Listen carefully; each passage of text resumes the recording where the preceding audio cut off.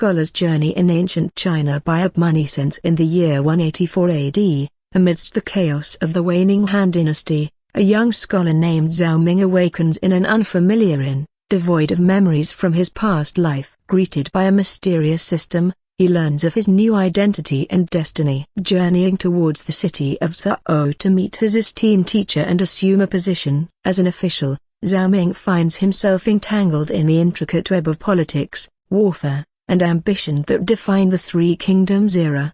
Armed with the system's guidance, his sharp wit, and an unrelenting shamelessness, Zhao Ming encounters legendary figures, both historical and fictional, and faces pivotal moments that will shape the future of the land.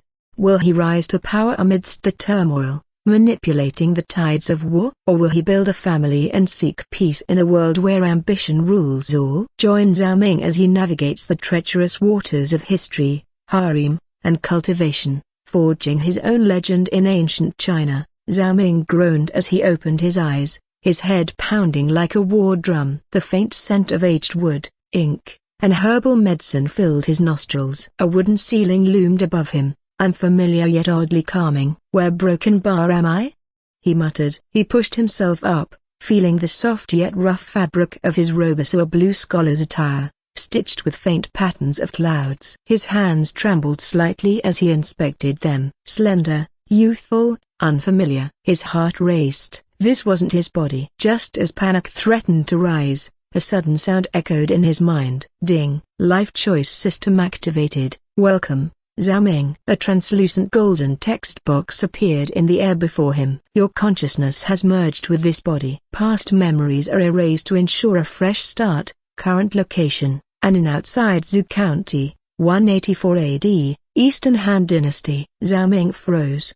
184 AD? That was the era of romance of the Three Kingdoms, a time of legendary heroes, ruthless warlords, and ceaseless chaos. "Your identity, Zhao Ming, a 16-year-old scholar traveling to Zhou County." Zhao Ming's eye twitched. "Wait, what happened to me before this? Who was I before?" "Irrelevant. Your past no longer matters. Only the choices you make from now on will shape your fate." Zhao Ming rubbed his temples. "Great. I'm stuck in ancient China with no memories." "Incorrect. You are given an opportunity. How you use it is up to you. Your past no longer matters, so only the choices you make from now on will shape your fate. However, you will have bits of information about the current era and its story. This knowledge is limited and incomplete but may help you navigate key historical events." Something about that statement sent a chill down his spine. An opportunity. He took a deep breath. "Fine. Show me my stats." Displaying status.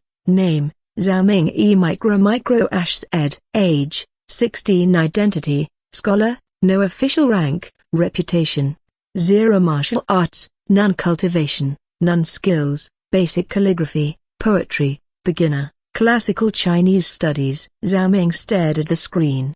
"A broken bar. I'm weak as hell." "Correct. You have no martial prowess, no cultivation, and no reputation. In this era, you are insignificant." He sighed. "Then how do I get stronger?" "Strength in this world is tied to reputation. The higher your reputation, the more opportunities you unlock, including martial arts, cultivation techniques, and political influence." "Reputation?" Zhao Ming frowned. "You mean, like fame?" "Correct. Reputation can be earned through achievements, so whether through politics, war, or legendary deeds. The world watches, and history remembers. However, reputation is not bound by morality. You can be a revered scholar, a cunning official, a feared warlord, or a ruthless tyrant. The world will judge your choices accordingly." Zhao Ming's lips curled into a small smile. So, he could choose between righteousness and villainy. "Interesting. A broken bar. I like options." "Your first step is survival. Your teacher, master, awaits you in Zhou County. He has connections to the imperial court and will guide your path." "Head there immediately." "Zhou County." A broken bar. Zhao Ming muttered. If he recalled correctly,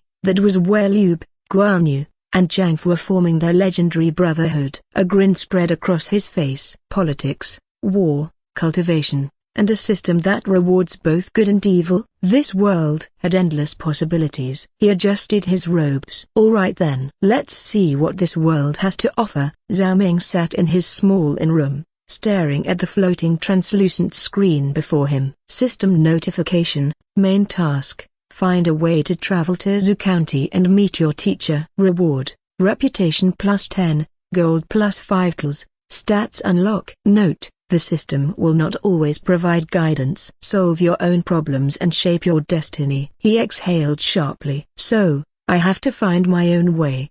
Makes sense. He stretched, gathering his simple belongings before heading downstairs. After settling his stay with the innkeeper, Zhao Ming stepped into the bustling streets. His stomach growling, he wandered to a nearby food stall, the aroma of freshly baked flatbread mixed with scallions making his mouth water. "One flatbread, please," Zhao Ming requested, handing over a few coins. As he ate, he overheard a heated discussion from a group of villagers and travelers seated nearby. The yellow turbans are on the move again. Government's recruiting militias to fight them. Even ordinary folks are being conscripted. Not just that, bandits roam the roads freely now. It's dangerous for any lone traveler. Zhao Ming frowned. Traveling alone might not be a good idea. After finishing his meal, he approached the vendor. "Excuse me, where can I find a carriage to Zoo County?" The vendor scratched his head. "No carriages run there now, lad. Too risky. But you might try the Murong Trading House, Ash.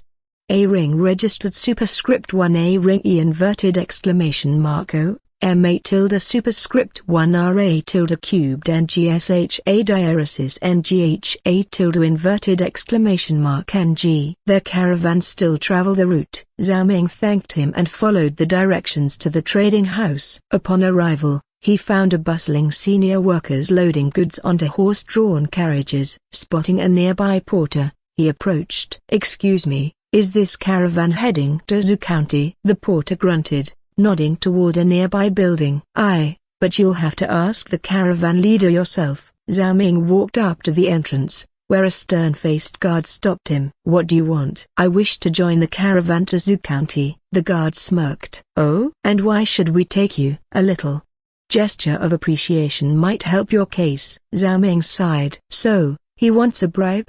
Before he could respond, a deep voice cut through. "What's going on here?" A burly, middle-aged man with sharp eyes and a commanding presence stepped forward. The guard stiffened. "Leader Murong." The guard saluted quickly. Murong crossed his arms. "Trying to make things difficult for travelers again? Enough of this nonsense." "Your training doubles for the next week." The guard paled. "Why yes, sir." Murong turned to Zhao Ming. "I am Murong, leader of this caravan." "Who are you?" Zhao Ming clasped his hands respectfully. "My name is Zhao Ming. I need to reach Zoo County to meet my teacher. I was hoping to travel with your caravan." Murong studied him for a moment before nodding. "Very well. We depart in the Shanxi, C. Cedilla Cube Dash, Bilkro, 3:05 p.m. You may wait in the guest room." Zhao Ming thanked him and spent the next few hours resting. When the time came, the caravan gathered. As Zhao Ming stepped outside, he noticed a group of young men and women in purple uniforms,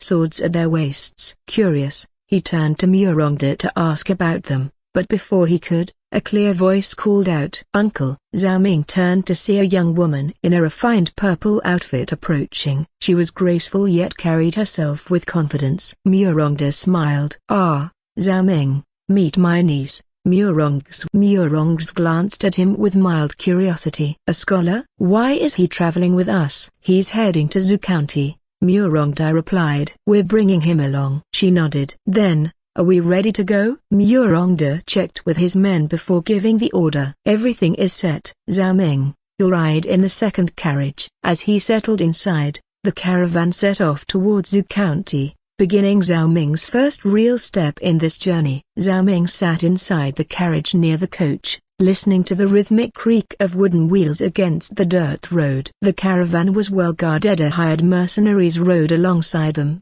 their hands never far from their weapons. Among them was a group of martial artists, easily identified by their matching purple robes and swords strapped to their waists. The coach, a middle-aged man with sunburned skin and sharp eyes, struck up a conversation. "Haven't seen you around before. Scholar. Heading to Zhou County for the exams? Zhao Ming gave a vague nod. Something like that. What about you? How's trade these days? The man let out a sigh. Not great. Grain prices keep rising. The yellow turbans are stirring trouble, and the local warlords are hoarding supplies. War is coming. No doubt about it. Ordinary folks are suffering the most. Her food is getting scarce. Zhao Ming absorbed the information. He had heard of the Yellow Turban Rebellion, but hearing about it firsthand made it feel much more real. The coach lowered his voice and nodded toward the leading carriages. See those young ones in purple? They're from the Azure Cloud Sword sect. The sect is near Zhou County,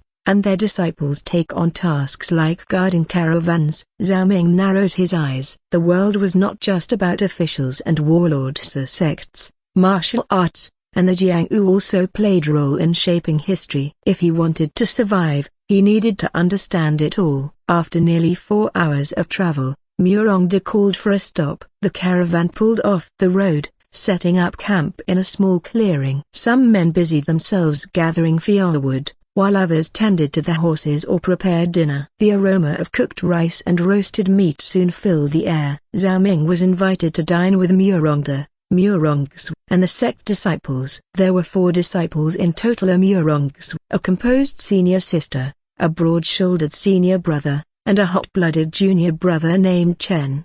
As they ate, Chen turned to Zhao Ming with a smirk. So, scholar, what are you doing traveling to Zhou County? Zhao Ming took a sip of his tea before answering. I am to meet my teacher there. He has recommended me for an official position. Chen snorted. Another scholar trying to squeeze into the imperial courts. Before Zhao Ming could reply, senior sister Liu added thoughtfully, politics and governance are important, but you must understand that martial arts hold great influence over war and power struggles as well.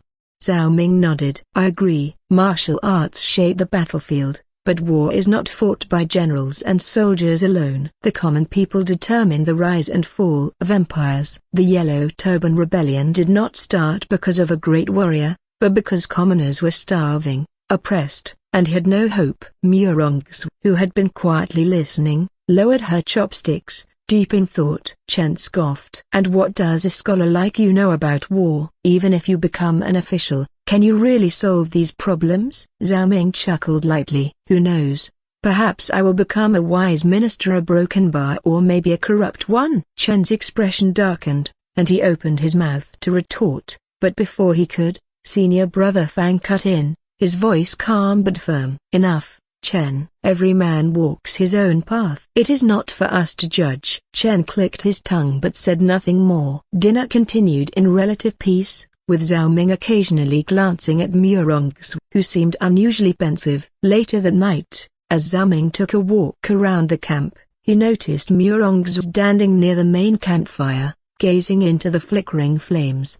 He approached with a polite nod. Miss Murong, is something troubling you? Murong's turned to him, her eyes sharp. What do you think of the yellow turbans and the state of the common people? Zhao Ming took a moment before replying. The problem is simple, yet complicated. It all stems from the low status of commoners. Most people only need the basics to live happily: food, clothing, shelter. But when the government is corrupt, taxes are high, and officials abuse their power, those basic needs become luxuries. Murong's frowned. But commoners can report corrupt officials to a magistrate. A good official would protect them. Zhao Ming chuckled, though there was no humor in his voice. Trust in the government is already broken. When the system fails, people turn to whatever hope they can find, even if it is false. The yellow turbans are not just rebels, they are desperate people grasping at a promise, even if it's a lie to them. False hope is better than dying in despair. Murong's remained silent, lost in thought. The firelight flickered in her eyes, casting long shadows across her face. For the first time, Zhao Ming felt that she was truly considering his words. Sensing that she needed time to reflect, Zhao Ming took a step back and offered a slight bow. It's been a long day. I shall take my leave and rest for the night. Good evening, Miss Murong. Murong's gave a small nod but said nothing as Zhao Ming turned away. After a brief pause, She let out a quiet sigh and made her way back to Murongda's tent to rest. The first rays of dawn stretched across the sky as Zhao Ming stirred awake. The camp was already alive with movement of mercenaries sharpening their blades, disciples of the Azure Cloud Sword sect preparing their weapons, and servants securing supplies onto the carriages. At the center of it all stood Murongda, issuing final instructions. Double-check the goods. Make sure the grain is well secured, he ordered. His deep voice carried authority, and the hired guards moved swiftly to obey. Nearby, Murongz was silently inspecting her sword, her expression unreadable. Zhao Ming considered asking if something was on her mind but ultimately chose to say nothing. Before long, the caravan was on the road once more. As the caravan traveled along the dirt path, discussions naturally drifted toward the state of the empire. The Yellow Turban Rebellion is spiraling out of control, Senior Brother Fang remarked, gripping the reins of his horse. With the Imperial Army struggling to suppress them, more and more bandit groups have emerged, preying on travelers and villages. HMPH, Chen scoffed, tapping the hilt of his sword. If we run into bandits, I'll send them running with their tails between their legs. Senior Sister Liu shook her head. Don't jinx it. Overconfidence leads to carelessness. Chen rolled his eyes, but before he could respond, whoosh, an arrow whizzed through the air and struck a wooden crate at the front of the caravan. Shouts erupted as the mercenaries drew their weapons. More arrows rained down from the dense tree line, forcing the guards to take cover. Then, a group of men emerged from the shadows, blocking the road. At their front stood a rugged man with a long scar down his cheek,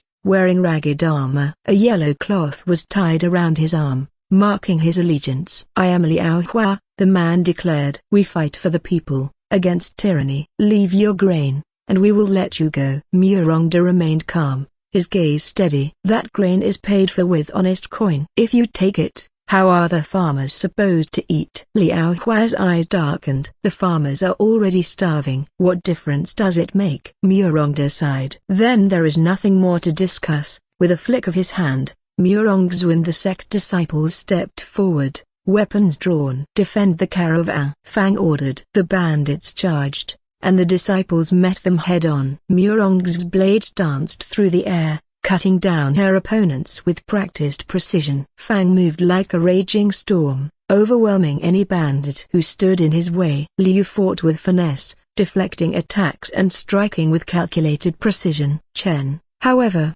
was reckless, swinging his sword wildly, relying more on aggression than technique. Zhao Ming stayed back, observing the battle. Unlike the disciplined swordplay of the sect disciples, the bandits fought with desperation. They weren't mere criminals, they were starving men forced into violence. Then, a sudden chime echoed in his mind. Emergency quest triggered. Choose your path. Help the caravan gain skill, insight, fame +10. Antidote pill. Help the bandits gain skill, leadership, infamy +10. Bandit token. Runaway gain skill, evasion. Rewards will be granted based on your decision. Zhao Ming barely hesitated. He selected the first option. Quest accepted. Aid the caravan. Skill unlocked. Insight allows the user to see basic stats of individuals, name, affiliation, strength. A new awareness filled his mind. He glanced around, and faint glowing markers appeared above each person's head.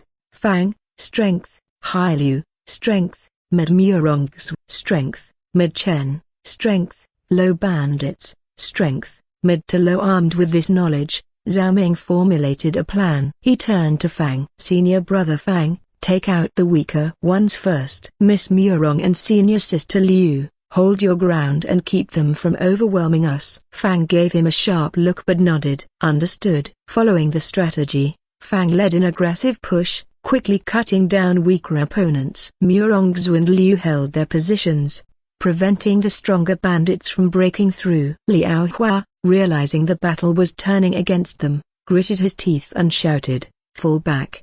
The surviving bandits retreated into the forest. But one figure didn't stop. Chen, still hot-blooded and reckless, ignored Murongda's warning and pursued the fleeing enemy. A sudden wang echoed through the trees. Chen's body jerked as an arrow struck his shoulder. His face twisted in pain. Murong's eyes widened. Chen. He stumbled, falling to one knee. The arrow's shaft trembled slightly, its tip coated in a faint green substance. The group gathered around as a doctor examined the wound. His expression turned grim. "The poison is strong. Without treatment, he may not last the night." Senior brother Fang face darkened. "How far to Zhu County?" "Too far," Murongda muttered. Zhao Ming, still processing the quest completion notification, suddenly felt a small object materialize in his hand. "Antidote pill received." He hesitated, then stepped forward and handed the small jade-colored pill to the doctor. "Will this help?" The doctor examined it closely, his brows furrowed in thought before he nodded. "This is a common folk antidote. It should counter some poisons, but I cannot guarantee its strength." Liu crossed her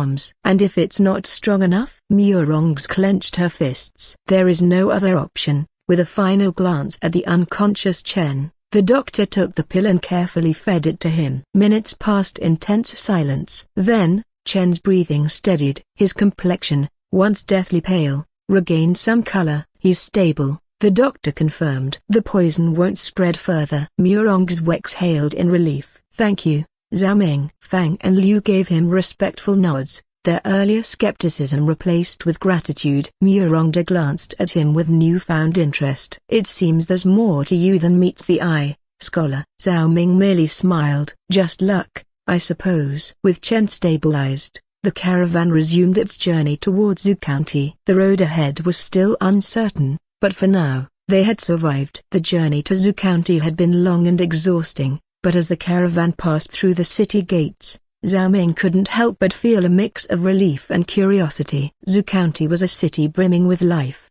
yet beneath its bustling markets and lively chatter, an air of tension lingered. The Yellow Turban Rebellion had left its mark. Military patrols were more frequent, buildings bore scars of recent battles, and refugees huddled in alleys, whispering of the chaos beyond the walls.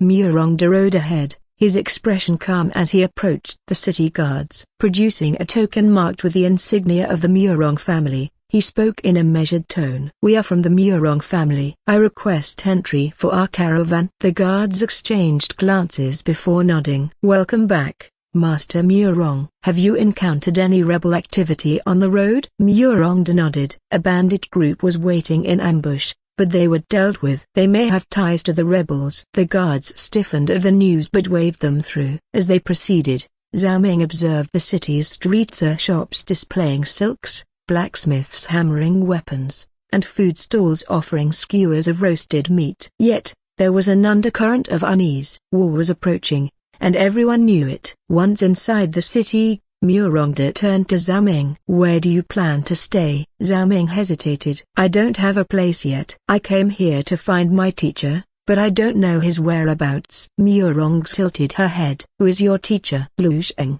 Zhao Ming answered without much thought. Silence. Murongda and Murongs both stared at him, their expressions shifting from surprise to visible frustration. Zhao Ming frowned. "Why do you both look like that?" Murongs groaned, rubbing her temples. "That shameless old man is at our estate." Zhao Ming blinked. "Oh, that makes things easier." Murongda sighed. "Easier? He's done nothing but drink all day. He avoids responsibilities like the plague." Zhao Ming felt an oncoming headache. His teacher, whom he hadn't seen in years, had become a drunkard. He exhaled sharply and massaged his forehead. "Wonderful." At the Murong family estate, the servants rushed to prepare rooms for their guests. Chen was immediately taken to a physician to ensure all traces of poison were removed. Meanwhile, Murongda arranged proper lodging for Fang and Liu, ensuring the warriors had a place to rest. Murongs led Zhao Ming through the corridors. "Brace yourself," she muttered. In the central courtyard, two men sat at a wooden table, wine jugs scattered between them. One was a middle-aged man with a commanding presence, Murong Jin, head of the Murong family. The other, wearing disheveled robes, was none other than Lu Sheng. "Father," Murongs greeted, "we have a guest." Murong Jin turned his sharp gaze towards Zhao Ming. "And who is this scholar?" Zhao Ming stepped forward and bowed. "Zhao Ming greets Lord Murong. I have come to meet my teacher." He turned to Lu Sheng, whose face brightened upon recognizing him. "Ha, my dear disciple, you've finally come." Lu Zheng stretched lazily and smirked. "Good timing. Now I can finally relax and push all my work onto you." Zhao Ming's eye twitched. His hands clenched into fists as he resisted the urge to throw something at the old man. Murongjin sighed. "I sympathize with you, young man." Murongz nodded. "Same." Just then, a familiar notification appeared before Zhao Ming's eyes. System update. Reward: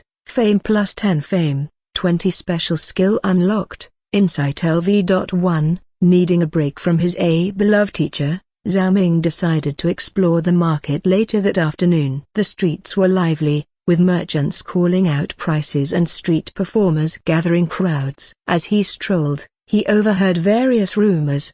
The Imperial Army struggling against the rebels, bandits attacking smaller villages in the countryside, a loud man bragging that he alone could defeat the Yellow Turbans. Zhao Ming ignored the braggart and continued walking until something unusual caught his eye. Amidst the crowd, a towering man with an imposing presence stood out. His long beard and piercing eyes radiated an aura of strength. Curious, Zhao Ming activated Insight LV.1. Target identified. Name: Guan Yu. Strength: high. Zhao Ming's heart skipped a beat. Guan Yu? Before he could react, the man approached him. "Young scholar, do you know where I can find an inn?" Zhao Ming quickly composed himself and pointed to the inn where the loud braggart had been boasting. "That one should do." Guan Yu nodded in gratitude. "Many thanks." That evening, over dinner, the Murong family discussed current affairs. The table was filled with rich food and animated conversation. At one point, Murongs casually mentioned Zhao Ming's assistance in identifying weak bandit groups during their journey. Murongjin, intrigued, set down his cup. "You seem to have a good head on your shoulders. Tell me, Zhao Ming, what do you plan to do next?" Zhao Ming considered his words carefully. "I will follow my teacher's guidance." Lu Zheng grinned mischievously. "Excellent. In that case, here's your new task." He tossed a sealed letter onto the table. "Take this recommendation letter and report to Anxi Prefecture." Zhao Ming picked up the letter, frowning. "What for?" Lu Zheng lazily waved his hand. "You're now a Zili, A ring middle.za ring." Zhao Ming's eye twitched again. "A government official?" Lu Zheng smirked. "It's good for your experience." Zhao Ming wanted to argue, but Murongjin simply laughed. "Consider it an opportunity, young man." Zhao Ming sighed in resignation. His journey had just taken another unexpected turn. As the evening settled over the Murong estate, Zhao Ming sat across from Lu Zheng, his mind filled with questions about his new role as a Zili, A ring middle.za ring. The flickering candlelight cast long shadows on the walls as Lu Zheng took a sip of his tea before speaking. Zili assists the provincial governor in administration, tax collection, and law enforcement, Lu Zheng explained. "It's a position of influence, but also one fraught with danger." The political landscape in Anxi Prefecture is anything but stable. Murongjin, seated nearby, nodded. "It is a respectable post for a young scholar, but be mindful many will watch you, and not all with goodwill." Zhao Ming absorbed their words. This was more than an opportunity, it was a stepping stone. If he played his cards right, he could rise far beyond the status of a mere clerk. The next morning, Murongs offered to accompany Zhao Ming to the Murong family's blacksmith. "At the very least, you should have a blade for self-defense," she said. The forge was alive with the sound of hammering metal and the roar of fire. Sparks danced in the air as blacksmiths shaped glowing steel. The lead blacksmith, an older man with a grizzled beard, looked up from his work and grinned. "Ah, Xue, finally bringing a husband home?"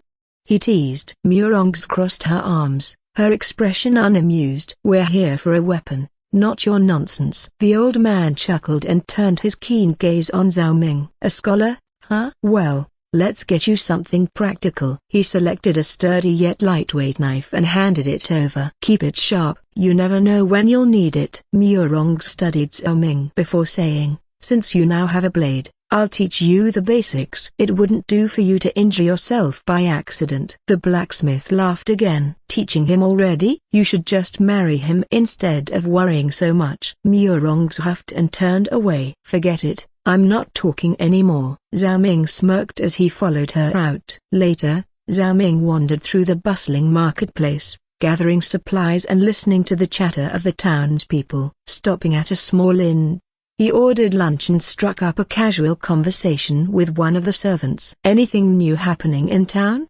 he asked, sipping his tea. The servant shrugged. "Same as always. The rebels stir trouble, but at least the governor and the Murong family keep things in check." As Zhao Ming finished his meal, a tall man with piercing eyes and a dignified presence approached. "Is this seat taken?"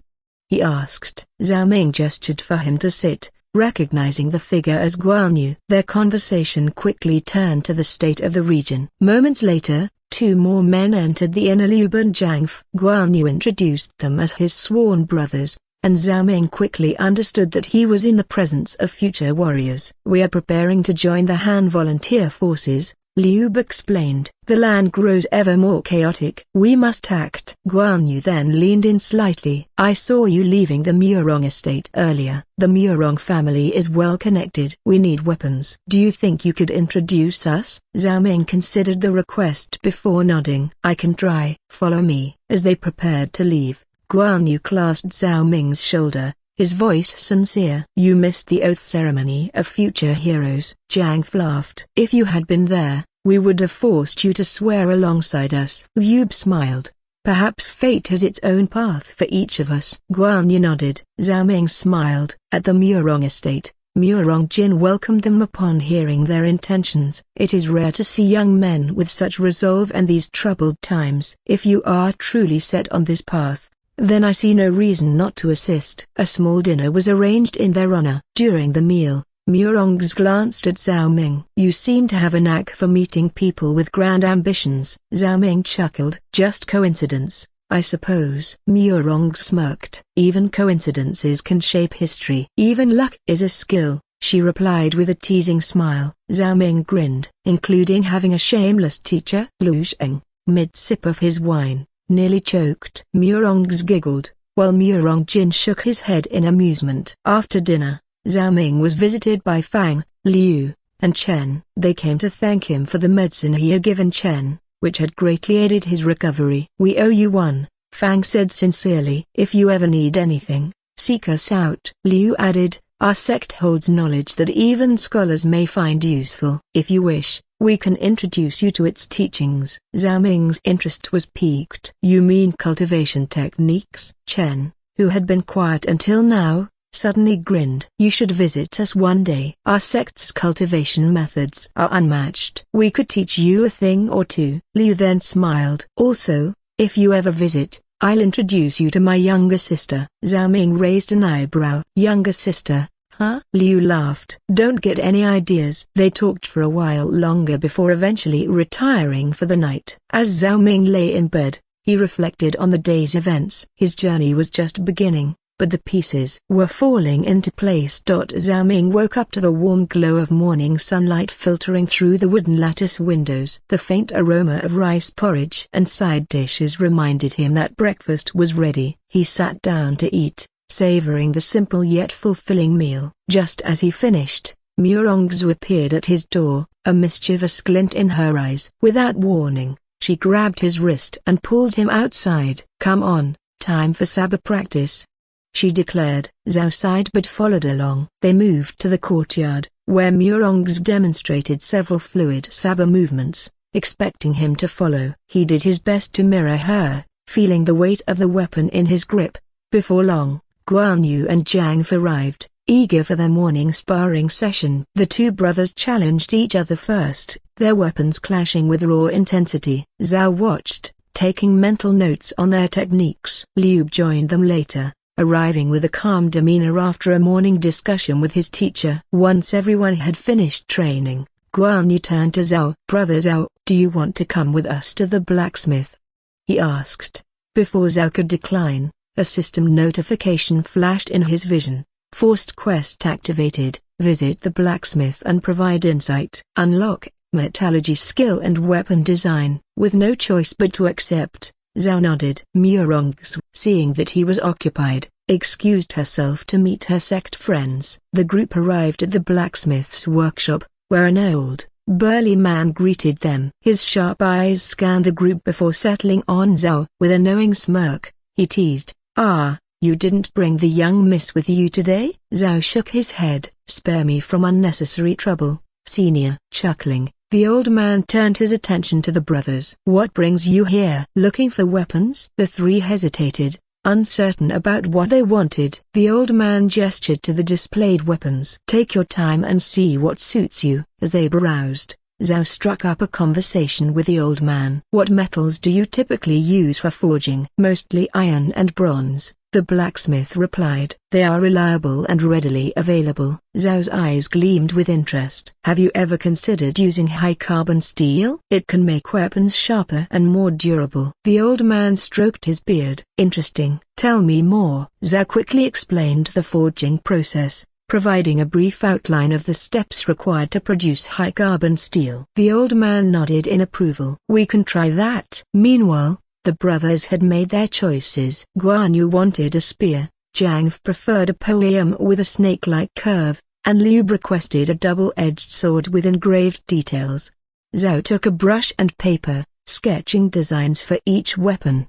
The old man examined them and made minor adjustments before agreeing to forge them. As they prepared to leave, Zhao received a system notification: quest completed, weapon crafting consultation. Reward: enhanced knife A, indestructible, sharp with bleeding effect. Later, Zhao made his way to the Murong Merchant Guild to buy supplies for his journey to Anxi. There, he met Murongda, who was preparing for his own trip to Linhui by ship. It would be wise for you to travel with a caravan, Murongda advised. A group is heading to Anxi in a few days. You should join them. Zhao agreed, knowing that traveling alone would be dangerous. That evening, his teacher summoned him for a discussion. You must be cautious in Anxi. There are many forces at play. Their conversation was interrupted by a servant, who announced that Murongjin wished to speak with Zhao. His teacher gave him permission to go. Murongjin welcomed Zhao with a composed expression. I want to give you some advice. Be careful in political matters, and do not trust easily. Zhao nodded. I will keep that in mind. Jin then asked, would you consider joining the Murong family? We could provide you with resources and influence. Zhao smiled. I wish to see the world first. Murongjin chuckled. That is the spirit of youth. Go, then, and make the most of your journey. As Zhao walked back through the estate, he passed by the moonlit melody pavilion. Soft music filled the air, drawing him closer. Peeking inside, he saw Murongs playing the gqin while senior sister Liu played the flute. The harmony between their instruments created a serene atmosphere. They noticed him and gestured for him to join them. Sit with us for a while, X said with a smile. Where are Fang and Chen? Zhao asked. They have no interest in music, senior sister Liu replied. They are busy with martial training. After chatting for a while, they played another song. Zhao was captivated by the melody and asked, what is this piece called? It has no name, X replied. Perhaps you can give it one. Zhao thought for a moment. How about Moonlit Reunion? Xue and senior sister Liu exchanged glances and nodded approvingly. Since you have enjoyed our performance, you must pay with a poem, senior sister Liu teased. Accepting the challenge, Zhao composed a short verse. Beneath the silver moon so bright, a melody drifts through the night. Echoes of souls, both near and far, bound by fate where moonbeams are. His poetic words left them both impressed. As the night deepened, Zhao wandered the estate, lost in thought. The journey ahead was uncertain, yet exhilarating. A system notification appeared. New mission unlocked. Journey to Anxi. Unknown challenges await. Looking up at the moon, Zhao took a deep breath. His path was set, and tomorrow, a new chapter would begin. With a quiet resolve, he returned to his room, packed his belongings, and lay down to rest. The first light of dawn crept through the wooden slats of Zhao Ming's room. As he finished his final preparations, his belongings were packed, his travel supplies secured, and his mind was set on the journey ahead. He took a deep breath, steadying himself for what lay beyond. A knock on the door interrupted his thoughts. It was his teacher, standing with a solemn yet approving expression. Zhao Ming, the road ahead is uncertain, but remember these knowledge and wisdom are more valuable than any blade. Observe, listen, and act only when necessary. Zhao bowed deeply. I will remember, teacher. Murongjin entered next, holding a small bundle of letters. These are for some acquaintances in Anxi. Should you find yourself in trouble, They may offer you assistance. Consider this a small gesture of goodwill from our family. Zhao accepted the letters with gratitude. I appreciate this, senior. I will handle them with care. Outside, Murongdu awaited him near the caravan. The merchants are ready to depart, he informed Zhao. It's best to leave while the roads are still clear. Before mounting his horse, Zhao turned to find Murongdu approaching. She held out a small pouch. This is for you, she said. Dried fruit and medicinal herbs are good for long journeys. Zhao hesitated before accepting it. Thank you, miss. She then pressed a jade token into his palm. My sect token. If you ever need help, show this to any disciple of the Azure Dragon sect. Zhao clenched the token tightly. I will treasure it. As he turned to leave, 3 familiar figures approached. Guanyu, Liu, and Zhang stood before him, their usual energy subdued. Brother Zhao, Guanyu spoke first, his deep voice steady. May our paths cross again. Liu nodded. The world is vast, yet fate is unpredictable. Keep your wits about you. Zhang grinned, clapping Zhao's shoulder. Don't forget to drink with us when we meet again. Zhao smiled. I look forward to it. With parting words exchanged, Zhao mounted his horse and rode toward the caravan. The journey had begun. The caravan consisted of merchants, guards, and travelers all bound for Anxi. As the convoy moved along the well-trodden road, Zhao took the opportunity to observe those around him. The guards, seasoned and vigilant, rode at the flanks. One of them, a bearded man named Qian, rode beside Zhao and struck up a conversation. First time traveling with a caravan? Qian asked. Zhao nodded. I usually travel alone, but this route seems safer. Safe? Yes, but tensions are rising. Anxi is a key trade city, and everyone wants a piece of it. Zhao took note of his words. Is there any immediate threat? For now, patrols keep the roads clear, Qian said. But unrest brews beneath the surface. Bandits may not be our only concern. Zhao thanked him for the insight. It was clear that this journey would be more than just a simple trip. As the sun neared its zenith, the caravan approached a dense forest. The air grew heavy with silence, broken only by the occasional rustle of leaves. Ahead, a group of people emerged from the woods. Women, children, and the elderly stood in ragged clothing, their expressions weary. A handful of thin, exhausted men stood among them, their posture wary but not hostile. The caravan leader raised a hand, signaling the guards to stay alert. One of them approached the group cautiously. Moments later, the guard returned. They are refugees, he reported. Their village was attacked by bandits. They seek shelter in Zhu County. The leader sighed. Give them some water. We're close to the next village. Barrels were brought forward, and the refugees gratefully accepted small rations of water. Zhao dismounted and approached a group of children, offering them dried fruit from his pouch. A woman, weary yet dignified, bowed her head. You are kind, young sir. May fortune guide your path. Zhao only nodded, watching as the caravan resumed its journey, leaving the displaced souls behind. By nightfall, the caravan reached a small village and decided to rest at an inn. The main hall buzzed with voices as merchants and travelers settled in. Zhao found an empty seat at a long table where a broad-shouldered man was finishing his meal. As the innkeeper served tea,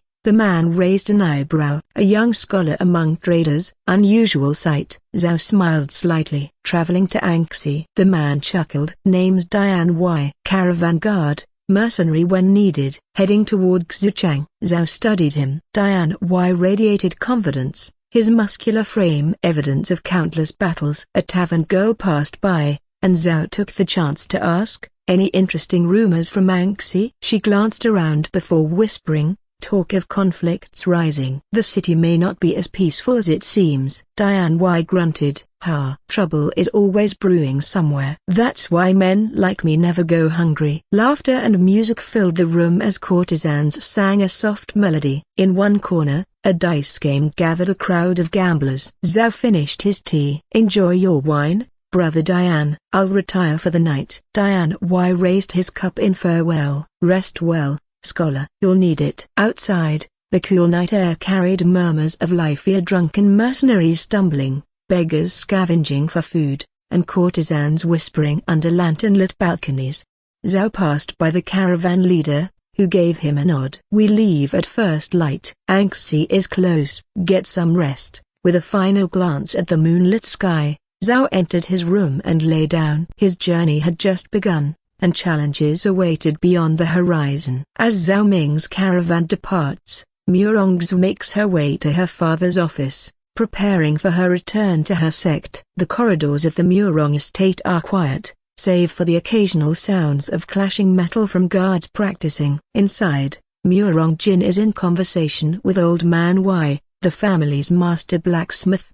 The old man strokes his beard as he inspects a newly forged blade, nodding in satisfaction. When Xu enters, both men glance at her, pausing their discussion. "We were just talking about Zhao Ming," Murong Jin remarks with a grin. "It's rare for you to take interest in someone outside the family, let alone give them your sect token." Old Man Y chuckles, his deep voice carrying the weight of years. "Not to mention, you even taught him the basics of the sabber." "That's not something you do lightly, Lady Xu." Murongzhu crosses her arms, her expression calm. He has a sharp mind. His understanding of strategy is impressive, even without formal training. The blacksmith nods in approval. "And not just strategy. That boy has a keen sense for craftsmanship as well. He introduced me to a new forging method, a stronger metal, better durability. Even drew weapon designs for those three sworn brothers." He gestures toward a nearby table where blueprints of blades and a spear lay open. Murong Jin leans back with a thoughtful smile. "It's good that you gave him your token. Keeping in touch with someone like Zhao Ming could be valuable in the future." Old Man Y suddenly chuckles, a knowing glint in his eye. "A token, huh? Sounds almost like an engagement gift to me." Murong's brow twitches, but she remains composed. Murong Jin laughs, nodding in agreement. "It's true. You've paid more attention to Zhao Ming than to your own siblings." A faint blush creeps onto Murong's cheeks as she pouts slightly. "You two are insufferable." She huffs, turning her head away. "I simply recognize talent when I see it." Old Man Y grins, sharing an amused glance with Murong Jin. Of course." Murongzhu exhales, shaking her head. "Believe what you want." She then straightens her posture and adds, "I will be returning to my sect in the next couple of days with my sect brother and sister." Murong Jin gives her a nod of understanding. "Safe travels, then." "Let's hope we hear more good things about Zhao Ming in the future." Without another word, she turns and leaves, though a small, almost imperceptible smile plays on her lips. The caravan reached the grand gates of Anxi just as the sun began to rise, casting a golden hue over the city's towering walls. The gates, adorned with intricate carvings of dragons and tigers, stood as a testament to the city's wealth and importance. Guards in heavy armor inspected each traveler meticulously. Merchants presented their trade permits, some with nervous expressions, while others chatted with the guards like old friends. Zhao Ming, standing at the back of the line, observed the heightened security. There were more soldiers than usual, and their eyes carried a sharp vigilance. Overhearing a hushed conversation between two merchants, Zhao picked up rumors of rising tensions between noble factions and mercenary groups. It seemed Anxi was not as peaceful as it appeared. Once inside, Zhao was met with a sight unlike any he had seen before. Anxi was a city of contradictions. A grand estates stood side by side with crumbling tenements, and beggars lined the streets near bustling markets filled with exotic goods. He parted ways with the caravan and headed toward the merchant guild. Along the way, a scrappy-looking child approached him. "Mister, need a guide?" "Only 2 copper coins." The child grinned, revealing a missing tooth. Zhao considered it for a moment and handed over the coins. "Show me the noble district." The boy led him through winding streets, dodging rickshaws and street performers. It didn't take long before Zhao arrived at his destination, the estate of the noble family. Tied to Murong Jin. The estate belonged to House Kiao, an old ally of the Murong family. Their patriarch, Kiao, was an elderly statesman who had served in court before retiring to Anxi. He received Zhao warmly upon hearing Murong Jin's name. Over tea, Kiao spoke candidly. "Anxi is ruled by Governor Liu Feng. He is competent, but corruption runs deep in his administration. If you are to work here, tread carefully." As Zhao listened, he learned more about Anxi's political landscape. The city was dominated by 3 noble families: House Kiao, a lineage of scholars and statesmen, known for their loyalty and strategic marriages. House Yang, a powerful military clan that controlled the city's armed forces and trained elite warriors. House Sun, a merchant family that had amassed incredible wealth through trade and controlled much of Anxi's economy. These three families held an uneasy balance of power, constantly vying for influence. The Kiao family had long supported the Murong clan, but they were being squeezed by both the militaristic Yangs and the ambitious Suns. The governor tries to maintain neutrality, Kiao Ren continued, but everyone knows that House Yang has his ear, while House Sun fills his coffers. We scholars, we are left to navigate between them, lest we fall out of favor. Zhao understood that his work in Anxi would be more than just ink and paper. It would require careful maneuvering through a city of silent wars. The next morning, Zhao arrived at the governor's office, accompanied by a Kiao family attendant. He reported to the appointment hall, where a scribe briefly skimmed his recommendation before stamping a document. Congratulations, you've been appointed as a county clerk, ZHSBA superscript 1. You'll be assisting with record-keeping and menial tasks. Not long after, Zhao was suddenly summoned by his supervisor. Boy, take this. The supervisor tossed him a bronze token. Go to Jade Pavilion, the finest inn in Anxi, and book a private room for tonight. At the inn, Zhao was met by the manager, an older man with shrewd eyes. A new scribe, let me give you some advice. Your predecessor? He was transferred to a remote county because he offended a high-ranking official. If you want to keep your position, learn how to flatter your superiors. Never ask too many questions. And, most importantly, never speak of what you hear in these halls. Zhao nodded, understanding that survival in this city depended on discretion. That evening, Zhao returned to Jade Pavilion, where the private room on the second floor was filled with the chatter of clerks and officials. The air was thick with the aroma of fine wine and roasted duck. A waiter stepped in, bowing respectfully. Tonight, we have a special guest to a renowned courtesan passing through Anxi on her way to Luoyang. She will perform for the guests. Excitement rippled through the room. Zhao listened as a clerk explained in a hushed voice. The third floor is reserved for noble clans and higher-ranking officials. They always try to impress courtesans with gifts or poetry, hoping to earn a moment of their attention. The doors opened, and the courtesan entered. She wore a flowing purple dress that shimmered under the lantern lights, her mouth veiled with silk. She carried herself with a grace that silenced the room. She introduced herself as Lianru and bowed elegantly. Ladies and gentlemen, tonight, I will present a piece titled Wild Rose. I welcome any scholars or noble guests to provide me with pointers after my performance. A murmur of intrigue spread through the audience. Some young nobles immediately straightened their backs, while scholars exchanged glances, eager to offer their critiques. Lianru took her seat, plucking the strings of her guqin. A soft, melancholic melody filled the air, its notes weaving a tale of longing and resilience. The room fell into silence, entranced by the performance. When she finished, the applause was immediate. Exquisite! A young noble exclaimed. Your skill is unparalleled, Lady Lian. The composition is profound, a scholar mused. The lyrics, especially, carry a deep meaning. Lianru lowered her hands gracefully. Thank you for your kind words. As the song suggests, a wild rose blooms untamed, untouched by fate. But I would love to hear the thoughts of those with poetic talent. She smiled behind her veil. I invite anyone here to compose a poem or calligraphy that captures the essence of Wild Rose. A brush and ink will be provided. A burst of activity followed. I shall compose a verse, a young noble announced confidently.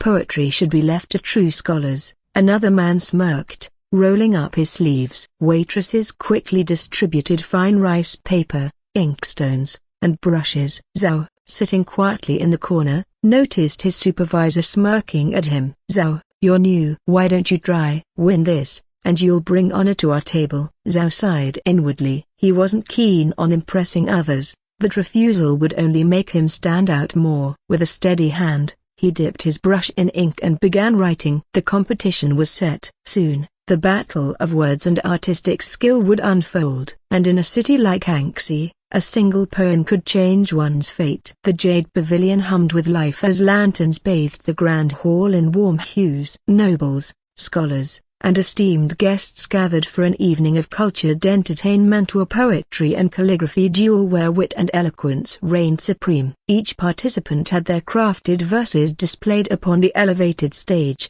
their calligraphy swaying under the gentle flicker of candlelight. A respected elder, Scholar Wu, sat at the center as the evening's judge, his wise gaze observing each stroke and verse with measured appreciation.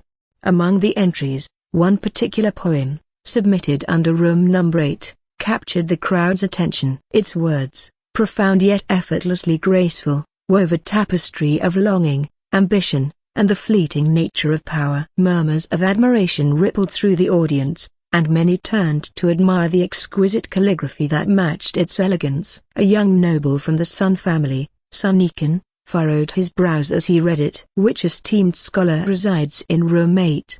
he asked, curiosity piqued. One of his companions nudged him. "It's Supervisor Liu Wen, a minor official overseeing clerks. He has a decent reputation but is not known for his eloquence." Sun Yikan smirked. "Then, I must inquire further." That level of poetry, his voice lowered, laced with skepticism, did not come from him. His friend shrugged. "Just let it go. There's no need to stir trouble with a mere supervisor." Ignoring the warning, Sun Yikan gestured to a servant. "Look into room 8. Meanwhile, Liu Wen basked in the wave of praise that came his way. He chuckled modestly, raising his cup in gratitude.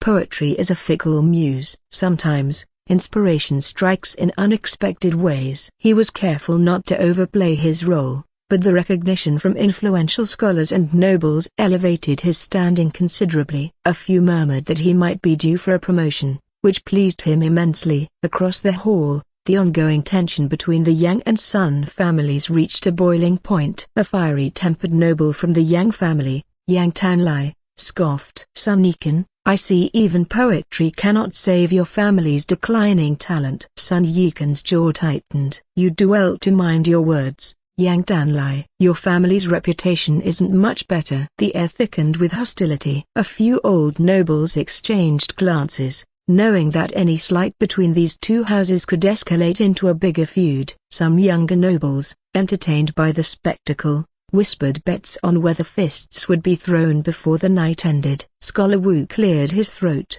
silencing the heated exchange. "Gentlemen, let us not taint art with petty disputes." As the tension simmered, several scholars approached Supervisor Liu Wen, expressing their admiration and wishing to exchange verses with him. Liu Wen, though pleased, feigned humility, laughing awkwardly as he accepted their compliments. A few nobles took note, reassessing Liu Wen's potential influence. Lianru, the pavilion's renowned courtesan and host for the night, stepped forward with a graceful smile. Clad in a flowing silk robe embroidered with golden plum blossoms, she moved like a wisp of incense smoke, drawing all eyes to her. "Tonight, every poet is a victor in their own right," she declared, raising her cup to art, wisdom, and fleeting beauty. The room echoed with cheers as she took a sip before retreating to the backstage chambers. There, her trusted servant, Xiaolan, leaned in. "My lady, I've discovered the poet behind room 8's entry." "It's a newly appointed scribe, Zhao Ming." Lianru's eyes flickered with interest as she slowly removed her ornate hairpin, twirling it between her fingers. "A mere scribe, you say?" Xiaolan hesitated. "Is he worth the attention?" "He holds no real power." Lianru exhaled softly, a wistful look crossing her face. "Power is fleeting, but talent has a way of rising. Unlike us, even a mere scribe has the opportunity to carve a future beyond the walls of pleasure houses." Meanwhile, she paused, a bitter smile touching her lips. "I am a fallen noble, and my fate will likely end as someone's concubine." Xiaolan lowered her gaze, sympathy etched across her face. "My lady, a broken bar." Lianru sighed. "At the very least, let us see where his path leads." "Watch him." She then changed into her sleeping attire and decided to rest for the night. Supervisor Liu Wen, basking in the unintended glory, enjoyed his drinks alongside fellow officials. With every toast, his name gained weight in noble circles. A few influential figures whispered about his hidden talent, and a few more saw him as a man to watch. Liu Wen accepted these praises with practiced ease, already considering how to use this newfound status to his advantage. As the feast continued, he casually waved off his subordinates. "Zhao Ming, you and the other clerks should retire for the night. I shall handle the rest." As Zhao Ming exited, he caught a glimpse of several courtesans entering room 8, their silk dresses clinging to their curves, revealing glimpses of smooth skin under delicate veils. The scent of perfume wafted in the air as they giggled, their soft voices teasing the young nobles waiting inside. The attendants of these nobles discreetly ensured privacy, standing at the entrance to ward off unwanted eyes. Zhao Ming merely raised an eyebrow and kept walking, his mind already elsewhere. By dawn, murmurs of the previous night's duel spread through the city. Zhao Ming's poem, though credited to Supervisor Liu Wen, remained a topic of discussion. A familiar chime echoed in his mind. System notification, fame increased. Current total fame, 20 plus 50. Lianru takes notice, fame plus 20. Lianru is intrigued by your poetic talent and sees potential in you. Sun Nikan annoyed, fame plus 10. Sun Nikan is suspicious and irritated that he was outshined. Scholars impressed, fame plus 10. Your poem has gained the admiration of literati, making you a subject of discussion in academic circles. Yang Tanlai pleased, fame plus 10. Your poem's victory indirectly humiliates the Sun family, earning you favor with Yang Tanlai. Zhao Ming paused mid-step. So the ripple has begun a broken bar, but at what cost? On his way back to the Kiao family residence, Zhao Ming walked briskly, the cool night air brushing against his skin. The city was quiet, save for the distant echoes of drunken laughter from revelers still lingering in the pleasure districts. His mind, however, was preoccupied not with poetry, but with the ripples his words had created among the city's elite. Unbeknownst to him, shadows stirred in the distance, figures slipping into the darkness as they followed his trail. Zhao Ming woke early, the echoes of last night's events still lingering in his mind. The poetry competition had unexpectedly thrust him into the spotlight, and more importantly, his system had reacted to it. What is fame used for? He asked the system. A familiar, indifferent voice responded, once the host attains a certain level of fame, additional functions will unlock. Vague as always, Zhao Ming frowned. It was clear now that the system valued fame, but to what end? Would it bring him power, influence, or was it merely a tool to lure him into playing a role beyond his control? His thoughts were interrupted by the distant chatter of house servants. They spoke in hushed yet excited voices about Supervisor Liu Wen's rising status, speculating that with the noble family's favor after last night's poetry competition, he could soon receive a promotion.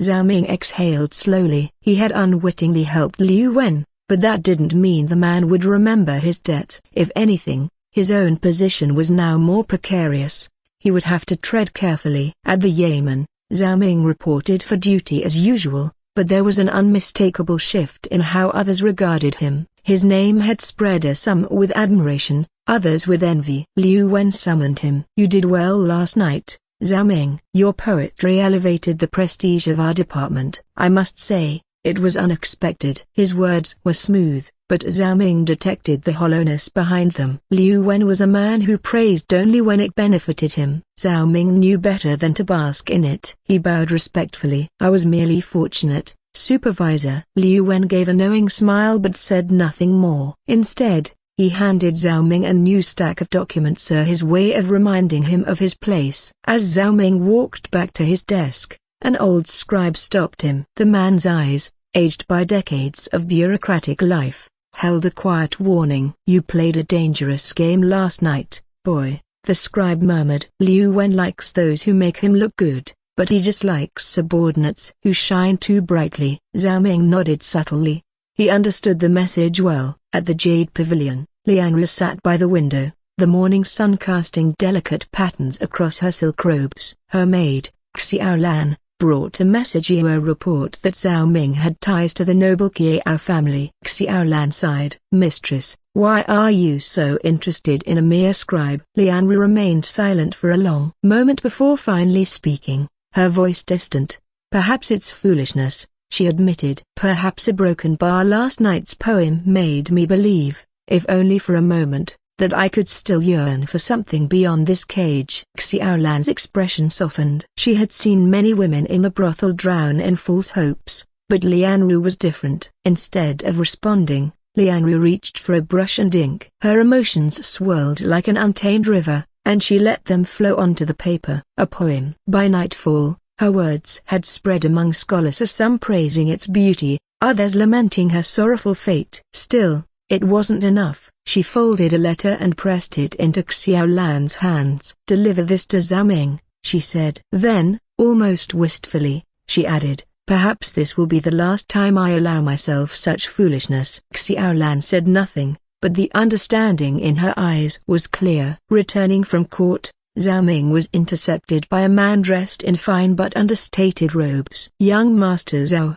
my lord invites you for tea. Zhao Ming followed him to an elegant tea house, where Yang Tanlai awaited. The conversation was polite at first, but Zhao Ming quickly realized the true reason behind the invitation. You made an impression last night, Yang Tanlai remarked. And not just on the scholars. The Sun family may not take kindly to it. A veiled warning. And your family's stunts? Zhao Ming asked cautiously. Yang Tanlai smiled. The Yang family appreciates talent. Should trouble arise, we could offer a broken bar protection. A generous offer, but one that came with invisible chains. Zhao Ming weighed his words carefully. I'm honored, but I currently reside with the Kiao family. It would be improper to accept such kindness at this moment. Yang Tanlai's gaze lingered on him for a moment before he chuckled. A wise answer. You are a good seedling, Zhao Ming. In time, I hope we will have another opportunity to speak. As Zhao Ming left, he couldn't shake the feeling that this was only the beginning. Back at the Yamen, Zhao Ming returned to his desk, grateful for the mundane normalcy of his work. His fellow clerks, however, were still buzzing about last night's events. I heard Lian Ru wrote a poem, one of them said, a response to the scholars' competition. I swear, if I had the money, I'd buy her freedom, another declared. The others laughed. If you had money, you'd find a wife first. They turned to Zhao Ming. You should write a poem in response. Before Zhao Ming could reply, the old scribe spoke up. Enough foolishness. Don't drag Zhao Ming into trouble. Silence fell. They all knew the meaning behind his words. Liu Wen's favor was fickle. It was best not to draw too much attention. As the day ended, the clerks finished their work and departed. Upon returning to the Kiao residence, Zhao Ming noticed a familiar figure waiting at the entrance. Xiao Lan. Without preamble, she handed him a folded letter, the parchment delicate between his fingers. My mistress asked me to deliver this. Then she left, her steps swift and unhesitating. Inside his quarters, Zhao Ming hesitated before breaking the seal. A faint floral fragrance rose from the paper, subtle, elegant. He read. Her words were careful, but the emotions beneath them were undeniable. Your poem reached me in ways I cannot express. If fate permits, I hope we may one day share a moment of stolen peace here, just the two of us, over a cup of tea. Zhao Ming set the letter down, his fingers lingering on the inked words. Fate, huh? For the first time that night, he found himself wondering what his own fate had in store. A servant informed Zhao Ming that the Kiao patriarch wishes to see him. Upon arriving, Zhao Ming is introduced to the patriarch's son, Kiao Xian, who has just returned from Liaoyang. Kiao Xian warmly greets Zhao Ming, intrigued by the young scholar's rising reputation. Over tea, he recounts his experiences in Liaoyang, detailing visits to the Imperial Academy, where scholars recommended by the Kiao family have secured promising positions. However, the conversation soon turns serious as Kiao Xian lowers his voice. Rumors in the capital suggest that a powerful eunuch faction is growing, consolidating influence over key court affairs. Worse still, whispers circulate about the emperor's declining health, fueling concerns that turbulent times lie ahead. Zhao Ming listens carefully, recognizing that such changes could reshape the political landscape and his own fate within it. At the Sun Manor, Sun Yikan hears troubling news. Xiao Lan was seen delivering a letter to Zhao Ming. Still nursing his wounded pride from the poetry competition, he clenches his fists in irritation. That lowly scribe dares to capture her attention? He mutters. His attendant, sensing his mood, remains silent. After a moment of contemplation, Sun Yikan turns to his most trusted servant. Find out if Liu Wen is willing to broken bar handle some matters for us. Liu Wen, an opportunist within the bureaucracy, had a reputation for dirty work, leveraging his position for personal gain and crushing those who stood in his way. If he could be persuaded to make Zhao Ming's life difficult, Sun Yikan's revenge would be swift and ruthless. At the Jade Pavilion, Liang Ru and her troop prepare for their departure to Luoyang. The air buzzes with last-minute preparations, and her heart feels heavy. As she stands in her chamber, gazing out the window, doubt creeps in her. Had her letter brought trouble to Zhao Ming? Would he resent her for it? Her maid, Xiao Lan, notices her hesitation. Miss, if you're worried about him, why not send another message? Liang Ru shakes her head, forcing a small smile. I've already acted on impulse once. If fate wills it, we shall meet again. She takes one last look at the city she has called home for years before stepping out to bid farewell to the innkeeper and Madame Xu, the matron of the establishment. Both express their gratitude for her time at the Jade Pavilion. Her presence had brought prestige and drawn influential patrons. Outside, a small crowd gathers as her carriage prepares to depart. Young noblemen and scholars linger, hoping for one last glimpse of her. Some murmur poetic farewells, others boldly call out, pleading for her to stay. Ignoring the fanfare, Liang Ru steps into the carriage, drawing the silk curtain closed. As the wheels begin to turn, she exhales slowly, closing her eyes. She was leaving behind one chapter of her life, uncertain of what awaited her in the imperial capital. Back at the Yamen, Zhao Ming senses a subtle change in his colleagues' behavior. Some regard him with cautious glances,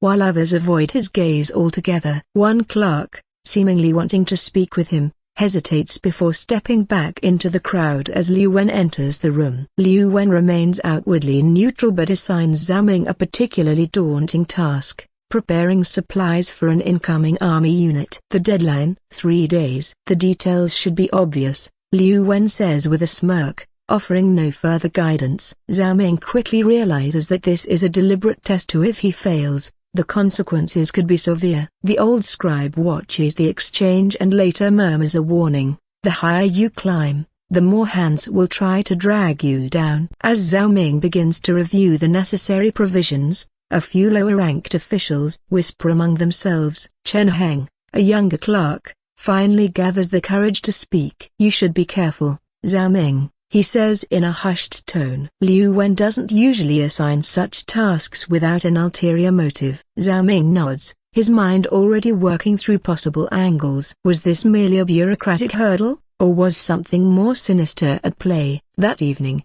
Zhao Ming is surprised when Yang Tanlai, the Yang family heir, visits the Kiao residence. Kiao Xian joins them, indicating that this is a matter of some importance. Yang Tanlai gets straight to the point. Sun Yikan is making a move against you. Zhao Ming remains composed but attentive. What kind of move? Yang Tanlai sighs. For now, nothing drastic. But he's using Liu Wen to stir up trouble for you at the Yamen. Assigning you the military provisions task wasn't a coincidence. Zhao Ming's mind sharpens. So, this is part of a larger play? Yang Tanlai nods. The court was approved an auxiliary force, mostly composed of local peasants, hunters, and former soldiers. Around 800 to 1,000 men, most bringing their own weapons, which is unusual. They'll need supplies, food, and lodging. Zhao Ming's eyes narrow. The assignment Liu Wen had given him suddenly took on new meaning. He carefully inquires about the army's needs,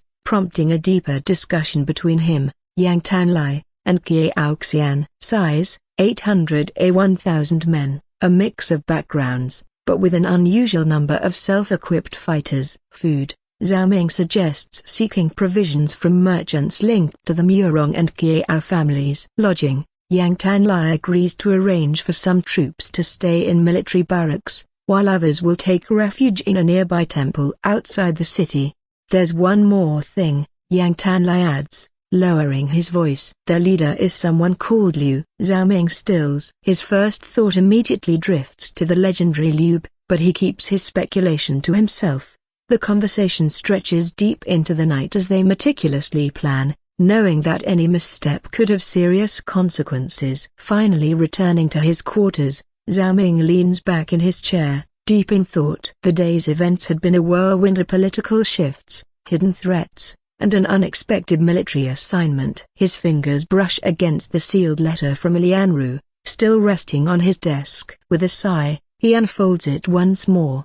Perhaps Sun Yikan would cause him trouble because of it. But in a way, this letter had also gained him new allies. "If I see her again," he murmurs, "I'll have to thank her properly." Zhao Ming works tirelessly to meet the supplely deadline set by Liu Wen. The tension among the clerks grows as some avoid him entirely, while others secretly offer small hints of support. One evening, as Zhao Ming pores over the records, Chen Heng approaches with a quiet sigh. "Zhao Ming, men like Liu Wen thrive not on merit but on eliminating those who threaten their standing. Be careful." The old scribe, shuffling through some aged documents, adds, "Numbers do not lie, but men will twist them to their advantage. Make sure you leave no gaps, no discrepancies. If they can find fault in you, they will." Zhao Ming nods, absorbing their advice. "Then I shall ensure my records are beyond question. If they wish to play this game, I will not make it easy for them." Sun Yikan meets with Liu Wen, officially framing the issue as a concern for administrative order. He manipulates the situation to suggest that Zhao Ming's rise is too fast and might cause a disharmony among the older bureaucrats. Liu Wen, seeing an opportunity to reassert his authority, agrees to apply more pressure on Zhao Ming. He begins looking for minor faults in the supplely chain, hoping to catch Zhao Ming in a mistake. As they discuss their plan in a private chamber, Liu Wen leans back in his seat, swirling a cup of wine in his hand. "Zhao Ming has proven to be a persistent thorn," he says. "What do you propose?" Sun Yikan smirks. "A man like him relies on precision and order. If we can disrupt his records, even slightly, it will cast doubt on his reliability." Liu Wen nods. "A misplaced shipment, a discrepancy in the logs." "Exactly," Sun Yikan interjects. "We don't need him to fail spectacularly, just enough to justify an official review. The moment the capital gets involved, his position will become untenable." Liu Wen taps his fingers on the table. "And if he somehow weathers that storm?" Sun Yikan leans forward, his voice low. "Then we escalate. There are always higher authorities willing to listen when the right incentives are provided." Liu Wen raises his cup to Zhao Ming's downfall. "To the downfall of those who overstep their station," Sun Yikan corrects with a knowing smile. Before drinking deeply, Zhao Ming methodically calculates supplies and finds a potential shortfall. Upon deeper investigation, he discovers that Liu Wen has been embezzling some of the grain. However, no one dares to help him prove it, as they are afraid of Liu Wen and his political backing. Realizing he cannot openly accuse Liu Wen without evidence, Zhao Ming instead reaches out to the Murong family and the Kiao family merchants for additional resources. Through careful maneuvering, Zhao Ming secures additional provisions, leveraging the Murong family's reputation to shield himself from immediate retaliation. By the time the final shipment arrives, Zhao Ming knows he has bought himself time but not true security. The threat of Liu Wen and Sun Yikan looms ever closer. The 801,000 men arrive, revealing a surprising level of discipline and self-sufficiency. Unlike the common rabble often seen in hastily formed militias, these men carry themselves with the air of trained soldiers. When Zhao Ming meets the army's leader, he is stunned to realize it is Liu. Recognizing the name, he understands the potential implications of this meeting. As he converses with Liu, he soon notices Guan Yu and Jiang F by his side. The three men exude an aura of determination and camaraderie. Their conversation is warm and familiar, acknowledging their past encounters. Liu grins upon seeing Zhao Ming. "Zhao Ming, we meet again. The last time we saw each other,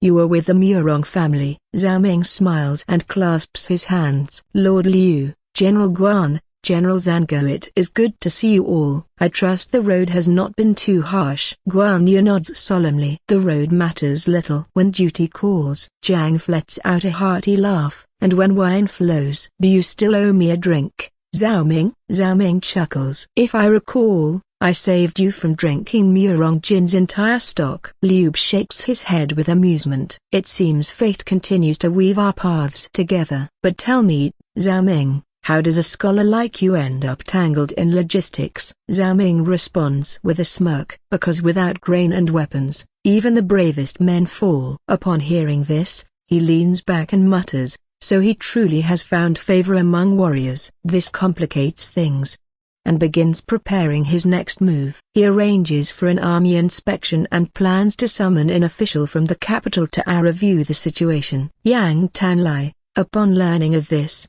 warns Zhao Ming. You've done well, but be cautious. This isn't just about supplies anymore. Sun Yikun is looking beyond this province. You might become collateral in his ambitions. Zhao Ming exhales. Understood. Liu Wen calls Zhao Ming into his office, smugly questioning his mismanagement of supplies. He accuses Zhao Ming of failing to properly account for the resources allocated to the volunteer army. Zhao Ming remains calm, presenting meticulously documented records that prove everything is in order. Every shipment, every allocation, every transfer is accounted for down to the last grain. His confidence unsettles Liu Wen, who was expecting panic or excuses. Liu Wen scowls. You have an answer for everything, don't you? Zhao Ming meets his gaze steadily. Only because I know the rules as well as you do, Administrator.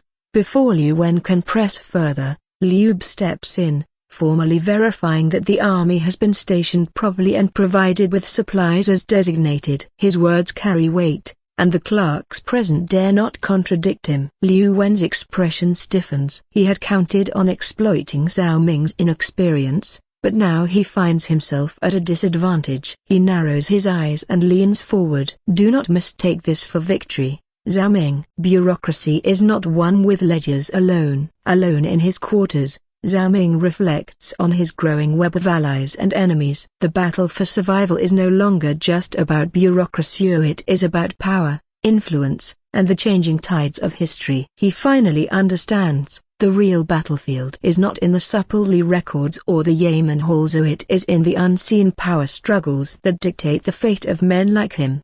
System notification, Fame 70+60. You solve the supplely crisis, Fame +25. You annoy Liu Wen and offend Sun Yikun, Fame +25. You impress your peers by knowing Liu, Fame +10. As he extinguishes the candle, he murmurs, it seems I have no choice but to push forward. A mechanical yet ancient voice echoed, Congratulations, host. You have reached the threshold of 100. The system will now evolve. System upgrade in progress. 0%. 20%.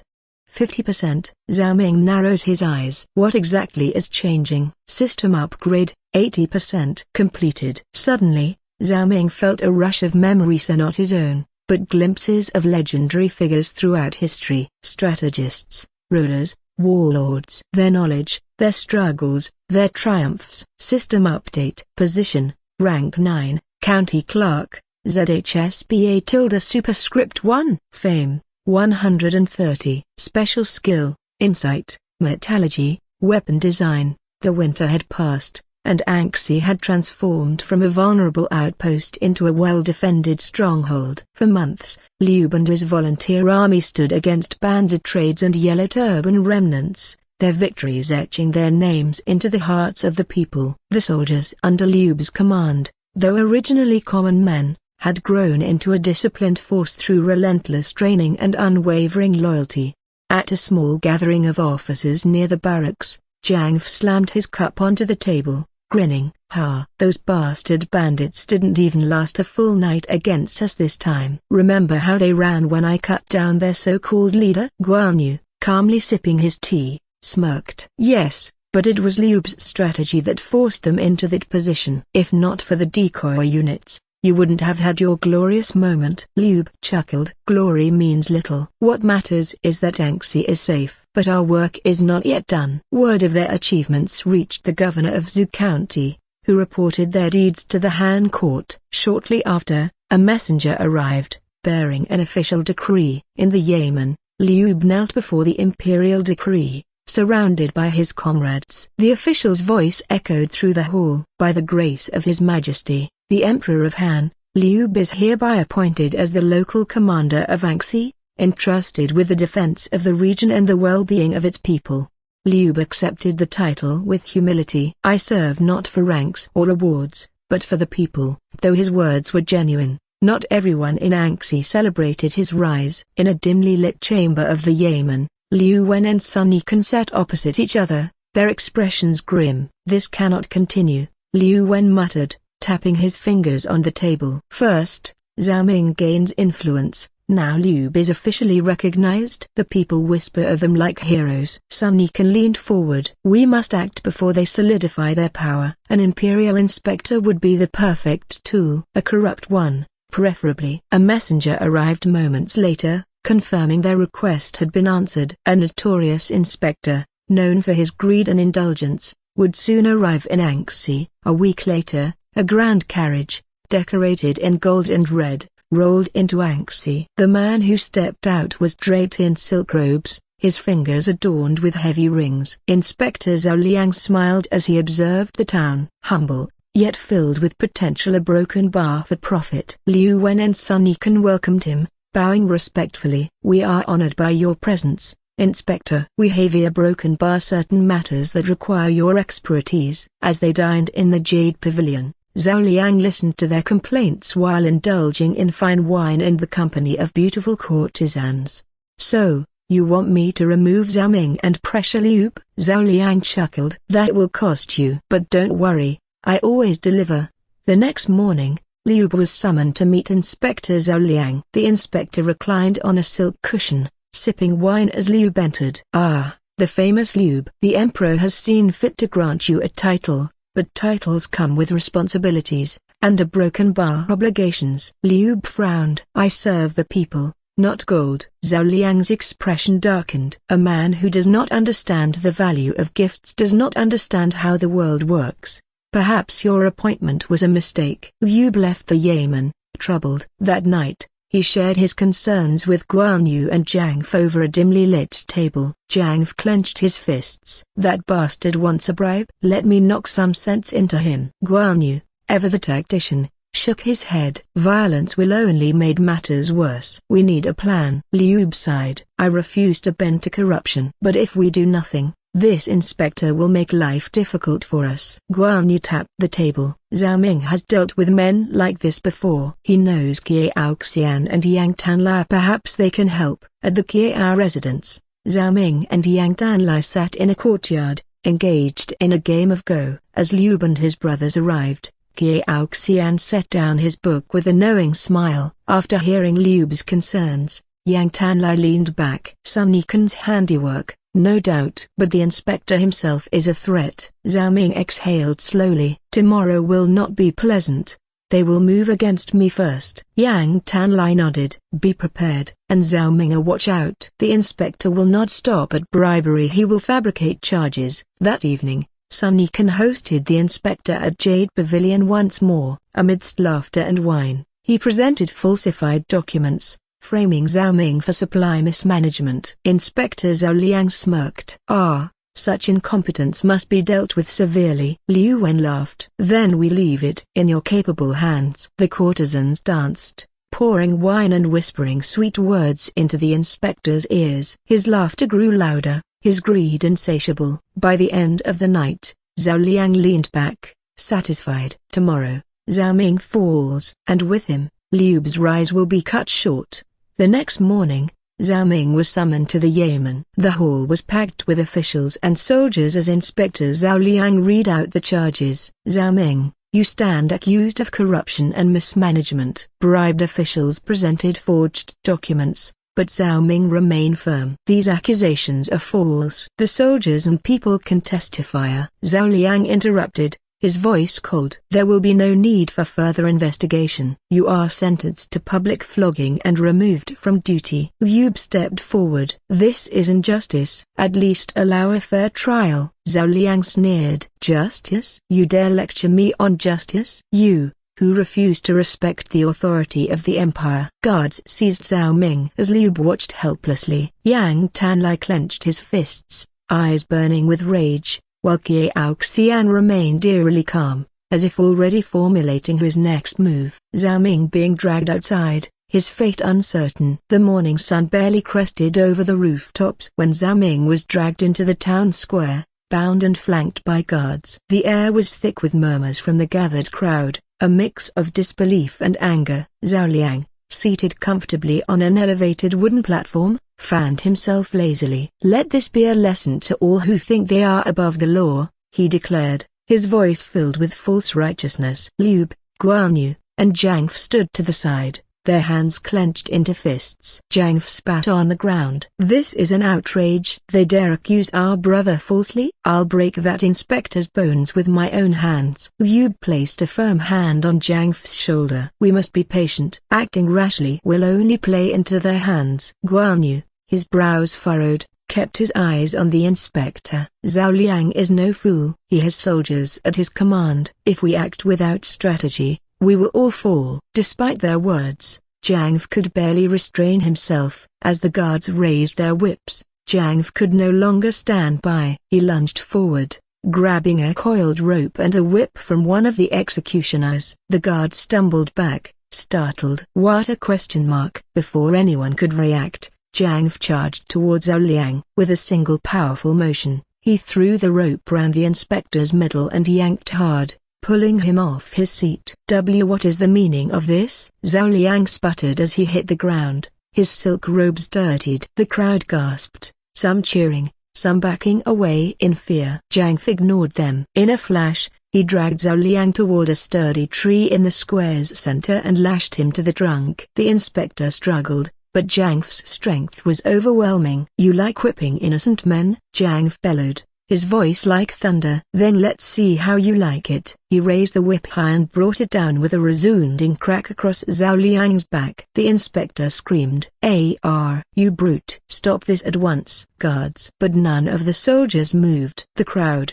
emboldened by Zhang F's defiance, was beginning to turn against the inspector. An elderly shopkeeper stepped forward, his voice shaking. "This mana-broken bar, this man has done nothing but extort us since he arrived. He deserves worse." A blacksmith shouted, "Zhang F is right. If Liu and his brothers hadn't protected us all this time, we'd still be living in fear of bandits." The crowd surged forward, no longer spectators but participants. Some threw rotten vegetables, others cheered and shouted for Zhao Liang's removal. Liu Wen and Sun Yikan, standing at the edge of the square, exchanged nervous glances. "This is getting out of hand," Sun Yikan muttered. "If we don't act now, we'll lose control of Anxi." Liu Wen sneered. "Then we must call for reinforcements." Just as the crowd's anger reached its peak, a trumpet sounded from the distance. A column of soldiers marched into the square, their armor gleaming under the sun. A middle-aged general led them, his expression unreadable. "Enough! Cease this madness at once." Liu stepped forward, his stance calm but firm. "Governor Wang, I see you have come in person." Governor Wang's gaze swept over the scene, lingering on the bound and bloodied Zhao Liang. "Explain yourselves." Zhao Liang, gasping for breath, weakly raised a hand. "These men are broken bar. They have attacked an imperial official. They must be arrested." The governor frowned. "I have received troubling reports of corruption." Zhao Liang, "You will be placed under investigation." The inspector's face twisted in horror. "You can't!"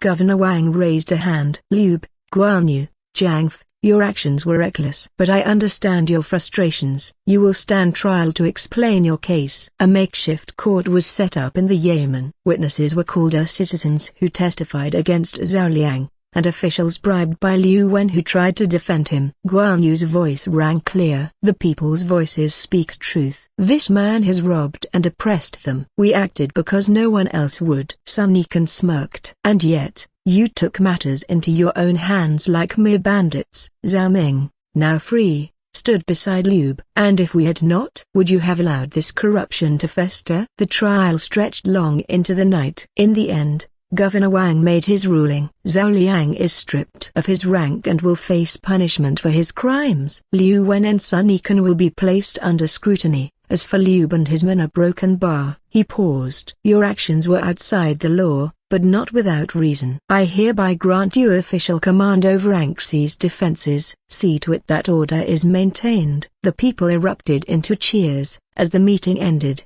Liu turned to his sworn brothers. This was only one battle. The real war is yet to come. Guan Yu nodded. Then we must be ready. Zhang Fe cracked his knuckles. Let them come. I'll be waiting. The night air in Anxi was cool and crisp, but within the walls of the Kia residence, tension lingered. Liu, Guan Yu, Zhang Fe, and Zhao Ming sat around a wooden table, each holding a warm cup of tea. Though they had won their confrontation with Inspector Zhao Liang, the consequences of their actions still loomed over them. Zhao Ming let out a deep sigh. We acted in self-defense, but the court will not see it that way. I'm only a 9th-rank clerk, yet my name has already spread far and wide. That is dangerous. Guan Yu nodded.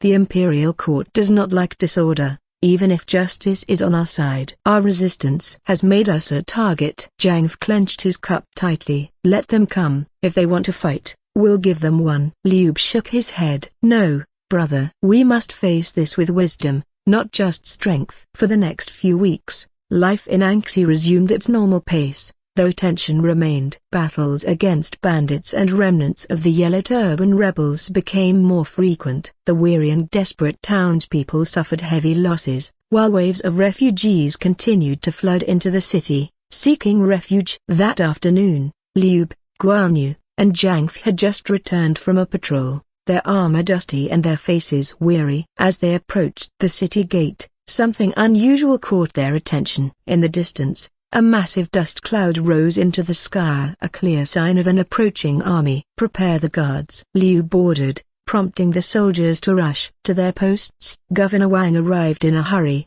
his brows furrowed. Who is coming? We weren't expecting reinforcements. Zhao Ming, who had been overseeing the distribution of supplies near the gate, turned sharply at the commotion. Without hesitation, he rushed forward to get a better view. As the troops drew closer, their banners became visible. Golden threads embroidered on the flags shimmered under the sunlight, displaying unmistakable characters, A Heaven's Might and A General Huang Fu. A wave of relief spread through the crowd. It's the Imperial Army.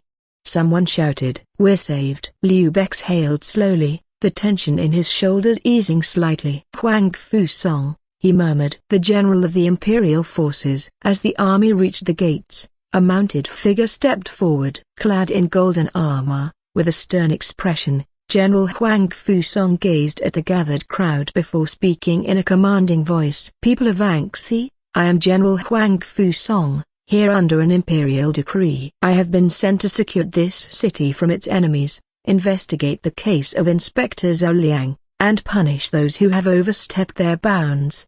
The crowd erupted in protest. Many voices rose in defense of Liu. Liu is innocent.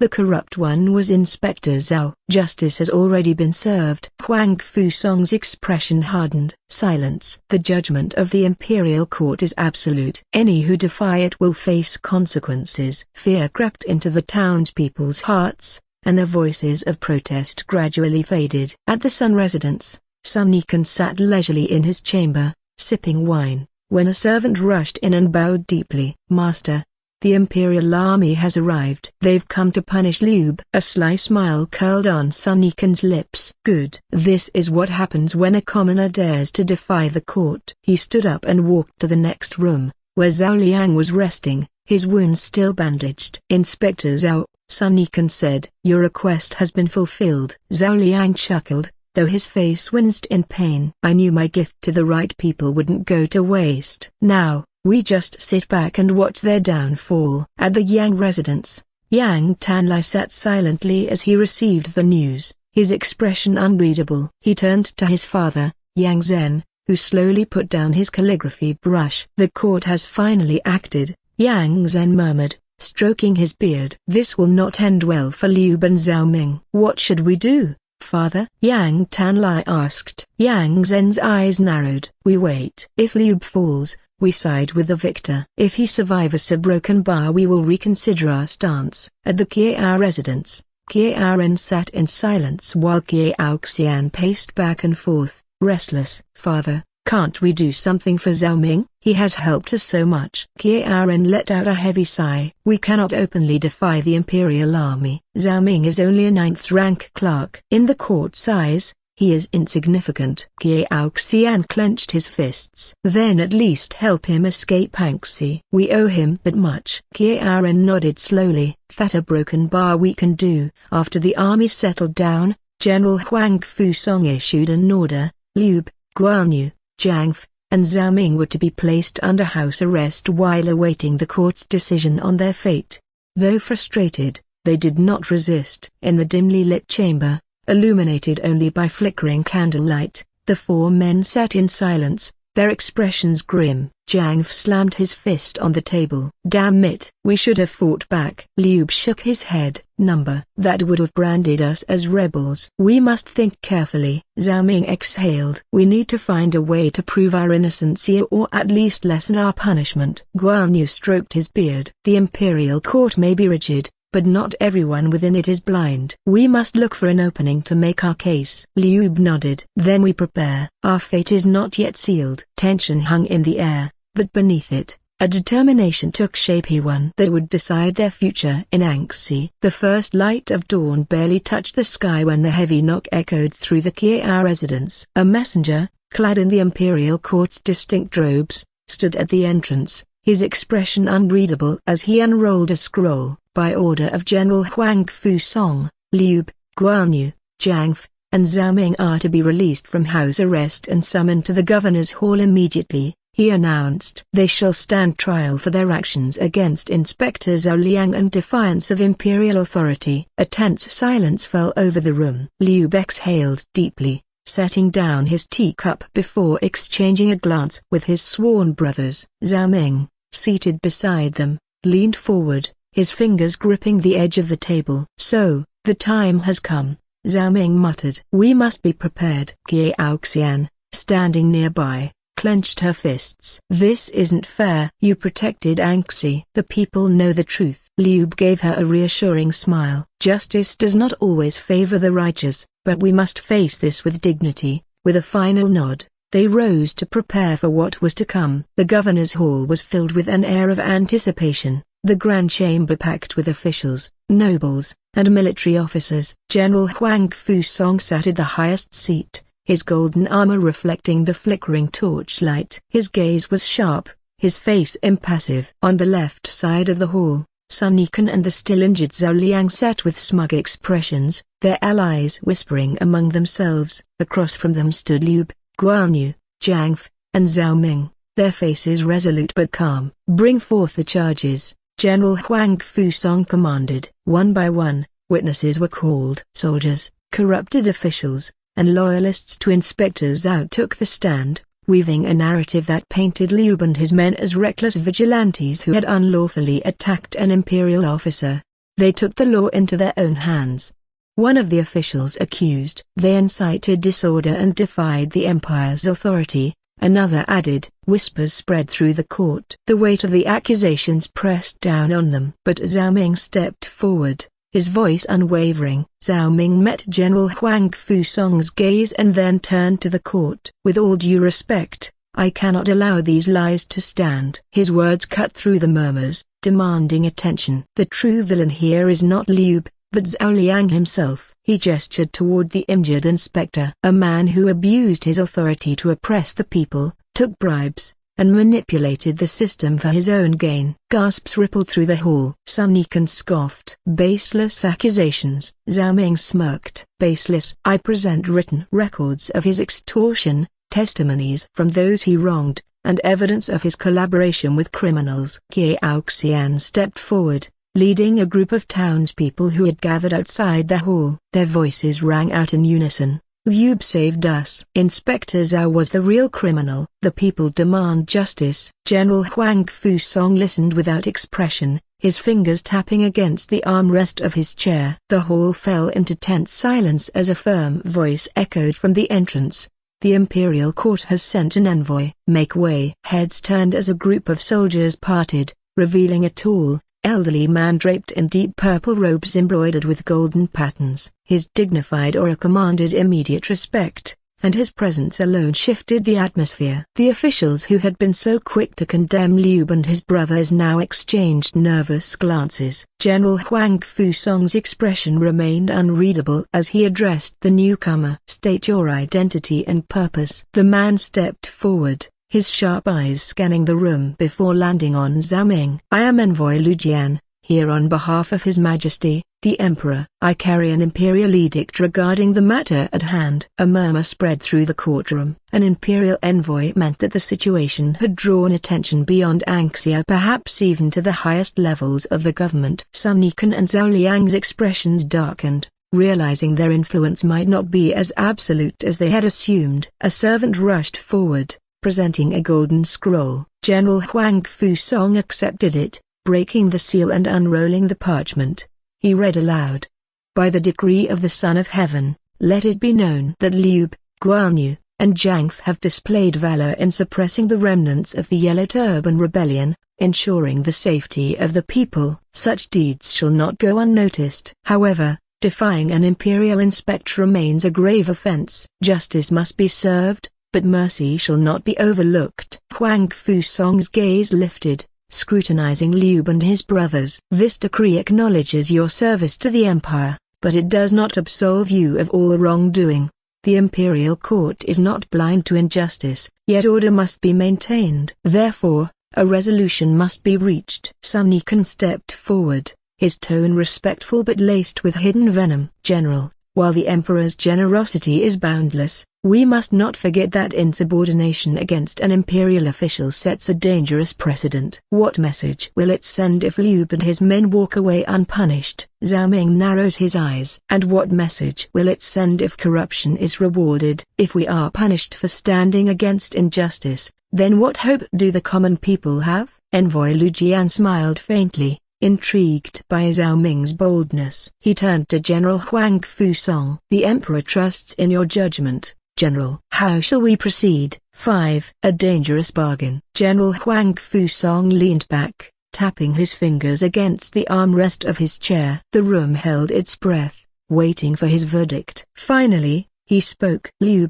Guanyu, and Zhang Fe, you will be pardoned, but on one condition. You must leave Anxi immediately. Your presence has caused enough unrest. Liu exhaled slowly. He had expected this outcome. Staying would invite further conflict, and they had no real power to challenge the imperial court. Huang Fusong's eyes shifted to Zhao Ming. As for you, Zhao Ming, your situation is different. You are a court official, bound to the laws of the empire. You have two choices. The weight of the moment pressed on Zhao Ming's shoulders as the general continued. Option 1, you remain in Anxi and serve under the imperial court. Your skills and intellect are valuable, and there is a place for you here. However, you will be watched closely. Zhao Ming knew what that meant, her being under constant surveillance, likely stripped of any real authority, and at the mercy of men like Sun Yikan and Zhao Liang.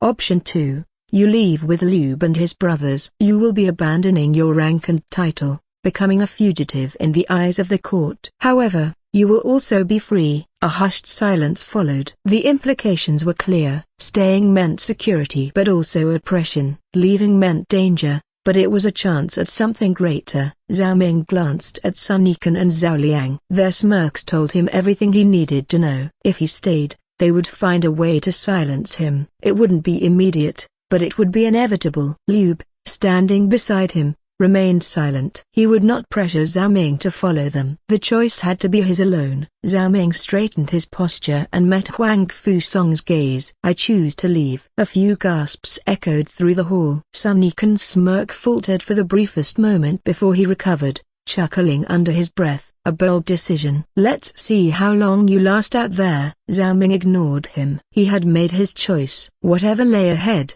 he would face it on his own terms. General Huang Fusong sighed, as if expecting this outcome. Very well. You have until sunrise to depart. After that, you will be considered outsiders in the eyes of the imperial court. See to it that you do not cause further trouble." With that, the trial was over. Liu and his brothers were safe for now, but the road ahead was uncertain. As Zhao Ming stepped out into the cool night air, he felt both liberated and vulnerable. He had cast away the chains of bureaucracy, but now he was truly on his own. And in the shadows, Sun Yikan and Zhao Liang watched, already scheming their next move. The moon hung low over the city of Anxi, casting long shadows over the silent streets. The city had not yet awakened, but within the Kiao residence, the air was heavy with urgency. Liu, Guanyu, Jiang F, and Zhao Ming packed their belongings with quiet efficiency, their movements guided by a shared understanding of this was their last night in Anxi.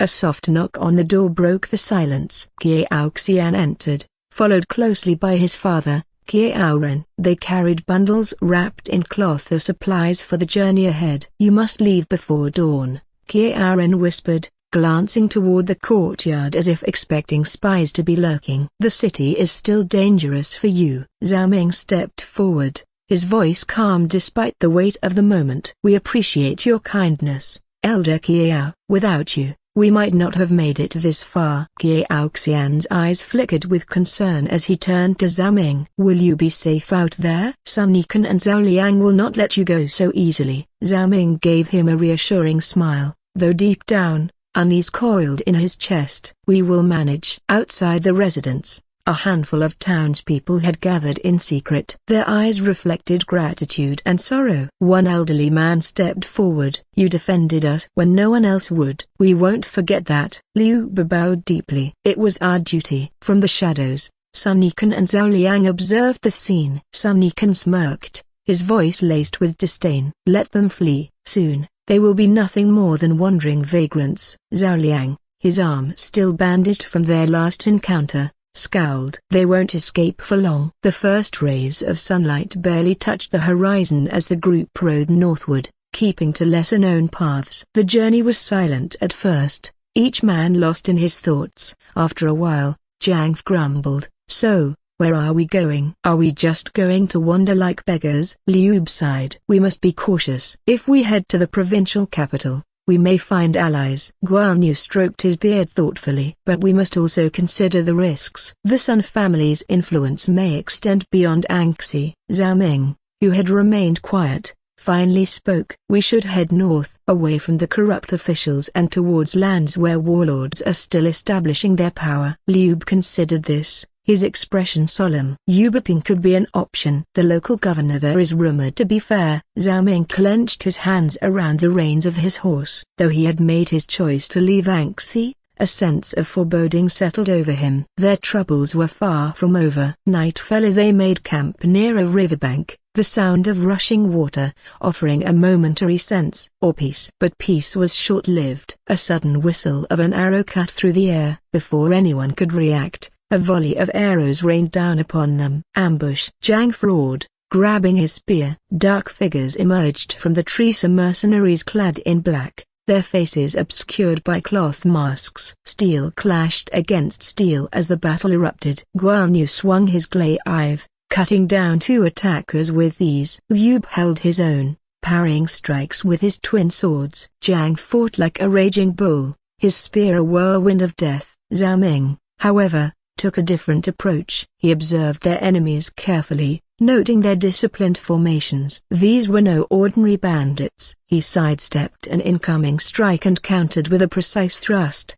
striking a vital point. The mercenary fell instantly. One of the assailants lunged at Zhao Ming, their blades clashing in a flurry of sparks. Zhao Ming deflected a strike aimed at his throat and delivered a powerful kick, sending his attacker stumbling backward. As the man regained his footing, his cloak shifted, revealing a golden sun emblem embroidered on his sleeve. Zhao Ming's eyes narrowed. The Sun family, a cold determination settled over him. If Sun Yikan thought he could eliminate them so easily, he was gravely mistaken. Exhausted and wounded, they found shelter in a small village nestled in the mountains. The villagers were wary at first but relented after hearing their story. As they tended to their wounds, Liu sat beside Zhao Ming. We need to decide our next move. Guan Yu nodded. The provincial capital may provide us with resources, but it is also dangerous. Jiang crossed his arms. I don't like hiding like a rat, but we need a place to regroup. Zhao Ming remained silent, lost in thought. He traced the memory of the golden sun emblem in his mind. The Sun family's influence reached farther than he had anticipated. I believe the best course of action is to move north,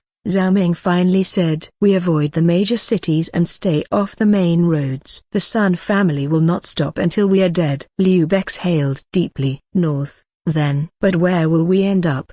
Before Zhao Ming could respond, a sudden ding echoed in his mind. A system notification appeared before him. Because of your involvement, Liu was removed from Anxi earlier than the original timeline. A set of choices appeared before him. Follow Liu and become his advisor. Tell Liu to go north and roam around. Separate from Liu without informing him. A reward will be given accordingly. Zhao Ming hesitated. His decision here could shape his future.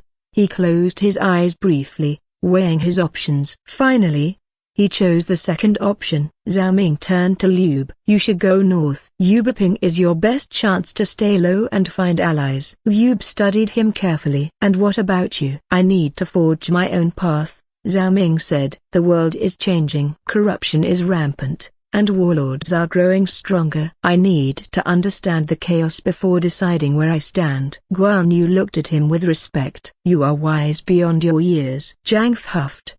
Just don't go dying on us. Liu stepped forward and clasped Zhao Ming's shoulder. If fate allows, our paths will cross again. That night, as the fire crackled in the dimly lit room, Zhao Ming lay awake, staring at the ceiling. The road ahead was uncertain, but he had made his choice. Tomorrow, he would walk alone into the unknown. The soft glow of morning sunlight seeped through the wooden shutters, casting golden streaks across the small, rustic room. Zhao Ming stirred, groaning as he stretched his stiff muscles. His body still ached from the wounds of their previous battles, but the warmth of the morning was a welcome contrast to the cold uncertainty that lingered in his heart. Sitting up, he rubbed his temples, recalling the events of the past few days. Leaving Anxi, the ambush, the choice he made. There was no turning back now. Just as he exhaled deeply, a familiar chime echoed in his mind. A translucent blue panel appeared before his eyes. You have received Fate's Favor, Luck Boost, effect, increases chances of encountering influential figures, finding rare opportunities, or escaping dangerous situations unscathed. Triggers randomly. Zhao Ming raised an eyebrow. Luck. So my life is going to be dictated by fate now? He ran a hand through his hair, contemplating the meaning of this reward. A strength boost or a skill upgrade would have been preferable. Luck was unreliably. It was like giving up control and trusting the unknown. System, he muttered. How exactly does this work? Trigger conditions unknown. Activates when fate deems it necessary. Zhao Ming scoffed. Helpful as always. With a sigh,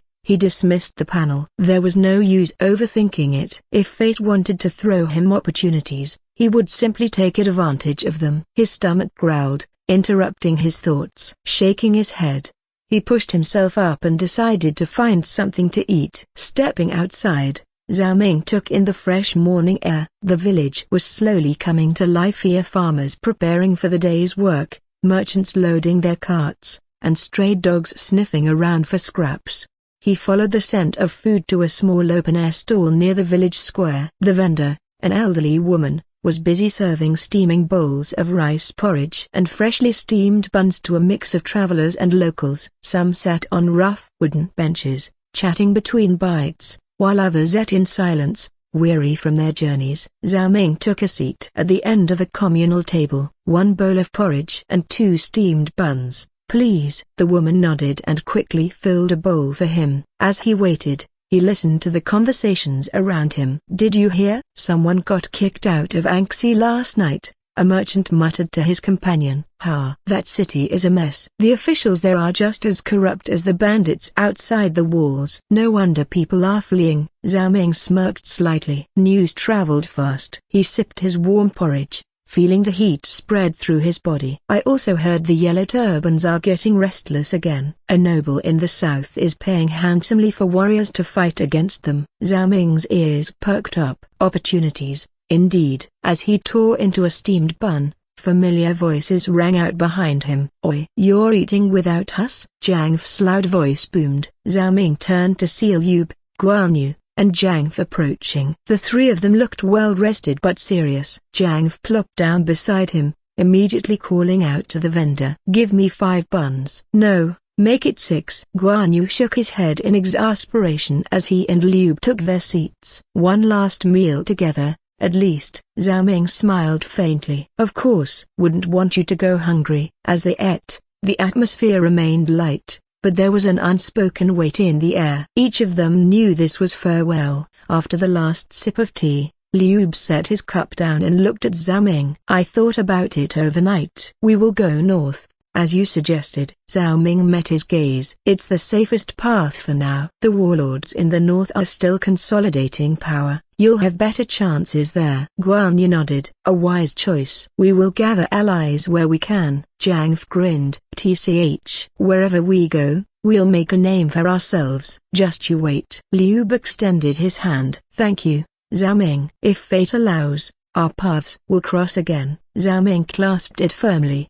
"I'm sure they will." With that, the 3 warriors stood and departed, disappearing into the bustling streets. Zhao Ming watched them go, a strange sense of emptiness settling in his chest. Zhao Ming sighed and leaned back on the bench. "Now what?" He turned to a nearby villager, an elderly man resting beside a cart. "Excuse me, do you know where the nearest town is?" The man squinted at him before nodding. "That would be Penglai town. E-negation EZ ± E, northeast of here. It's a merchant hub. Decent place if you're looking for work or information." Zhao Ming nodded in thanks. "How far is it?" "A day's walk, maybe less if you catch a ride with a merchant." Penglai town. A new start. Gathering his belongings, Zhao Ming made his way toward the northern road. It was well traveled, lined with rolling hills and patches of dense forest. As he walked, he mulled over his options. He could find employment in Penglai, gather intelligence on the shifting political landscape,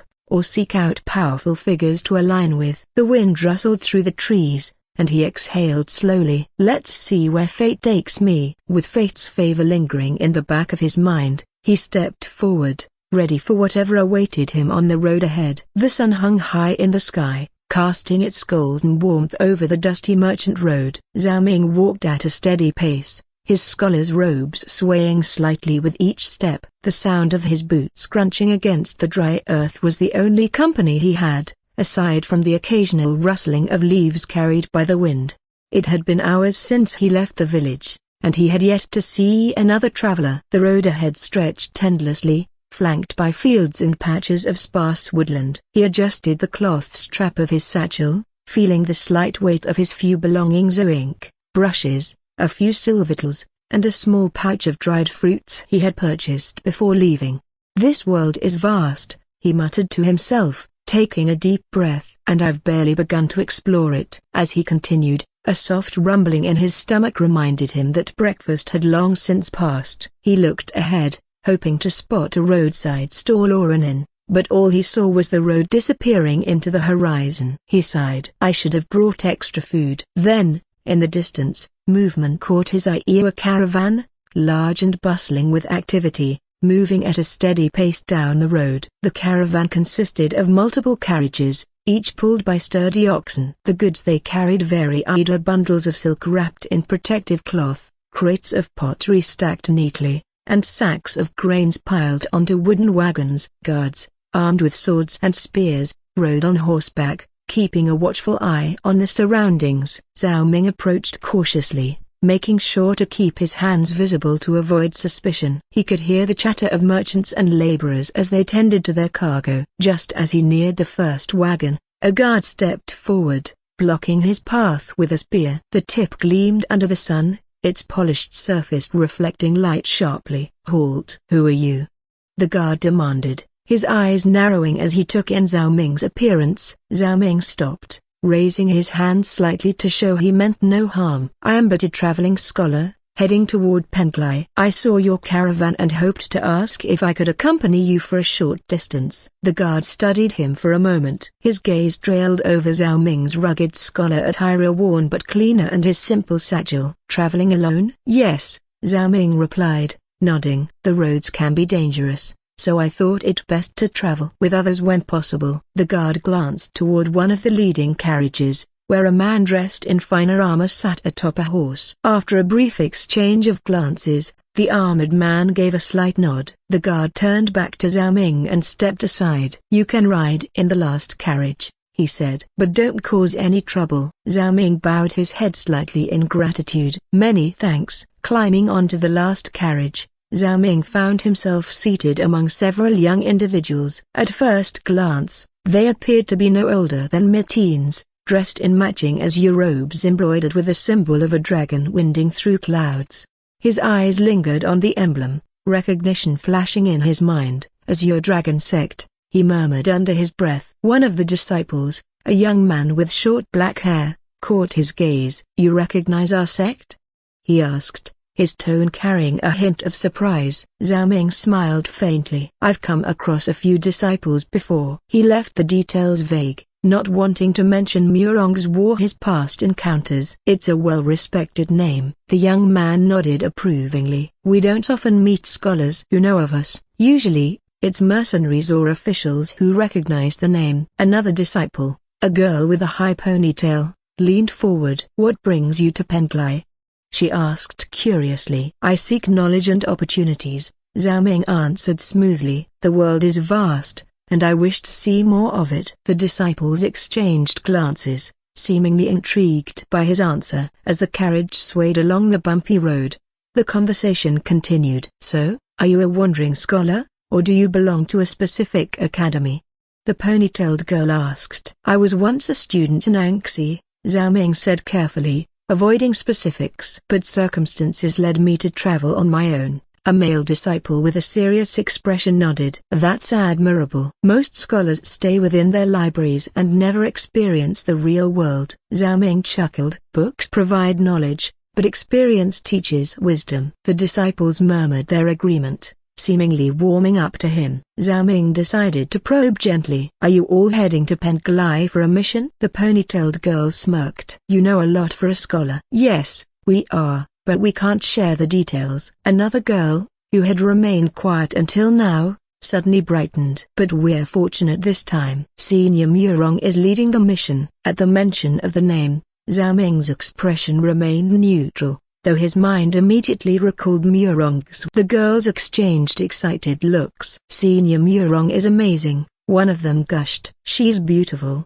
skilled, and fearless. If I were a man, I'd fall for her in an instant. No, actually, even now, I already have, a male disciple sighed dramatically. If she weren't out of our league, I'd try my luck. Laughter filled the carriage, the group lost in their admiration. Zhao Ming, keeping up his act, tilted his head slightly.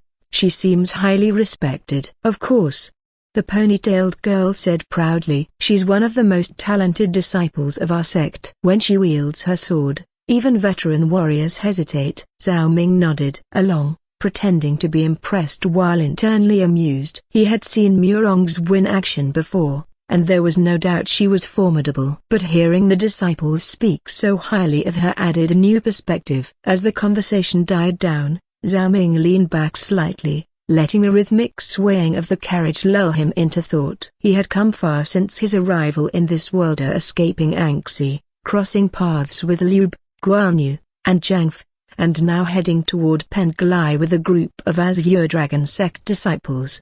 Would his journey always be this unpredictable? He sighed, watching the road stretch ahead. A sudden shout from the front of the caravan snapped him out of his thoughts. Penglai ahead. Zhao Ming straightened, feeling anticipation build within him. The city loomed in the distance, its stone walls standing tall against the backdrop of rolling hills. A new chapter of his journey was about to begin. The journey had been long, but as Zhao Ming sat atop the caravan, the sight of Penglai town, negation EZ plus minus E, emerging from the morning mist made the exhaustion worth it. The town, nestled between rolling hills and a sprawling coastline, was a sight to behold. Towering pagodas marked the skyline, their golden rooftops glinting under the sunlight. The grand walls of Penglai stood firm, with guards stationed at the gates, meticulously checking everyone who entered. As the caravan approached the checkpoint, the lead merchant, an older man named Lao Shen, raised his voice. "All right, everyone, keep your documents ready. No delays. The guards here aren't the friendliest," Zhao Ming observed as the guards, clad in polished armor, scrutinized each arrival. Some were Han officials, their embroidered robes denoting rank, while others were clearly mercenaries employed for extra security. One particular guard, a burly man with a scar across his cheek, eyed Zhao Ming for a moment before grunting and waving him through. Stepping into Penglai, Zhao Ming was immediately enveloped in a cacophony of sounds. Merchants hawked their wares loudly. Fresh river fish just caught this morning. Silk from the south, soft as a maiden's touch. Exotic herbs and powders. Even an old man will feel young again. The hammering of blacksmiths rang through the air, and street performers danced, juggling flaming torches while a young woman played udkan nearby. As Zhao Ming soaked in the atmosphere, a sudden commotion erupted. "Thief! That brat stole my pouch!" "Someone stop him!" a vendor shouted, pointing at a young boy darting through the crowd. Zhao Ming's eyes narrowed. With a subtle shift of his body, he stepped into the boy's path, sticking out a foot just enough to trip him. The boy tumbled, rolling on the ground before glaring up at Zhao Ming. "Tch, that was dirty, old man." Zhao Ming smirked, kneeling beside him. "Old man, I ought to let you run just so you can get your eyesight checked. Now, hand over the pouch." The boy grumbled, tossing the pouch back to the vendor, who quickly snatched it. Before the vendor could start yelling again, Zhao Ming flicked a single copper coin to the boy. "Try earning money the right way." The boy scowled but pocketed the coin before disappearing into the crowd. As Zhao Ming continued exploring, a small vendor caught his attention. The elderly shopkeeper displayed various accessories, rings, bracelets, and hairpins. But among them, a jade bangle stood out. Using his insight, details flashed before his eyes. Bangle, lavender jade, rare and valuable. Effect, regulates body temperature. Condition, dirty. The merchant noticed his interest and immediately went into sales mode. "Ah, young master, you have excellent taste. This fine jade bangle is perfect for your lady." "Only 2,000 wen," Zhao Ming scoffed.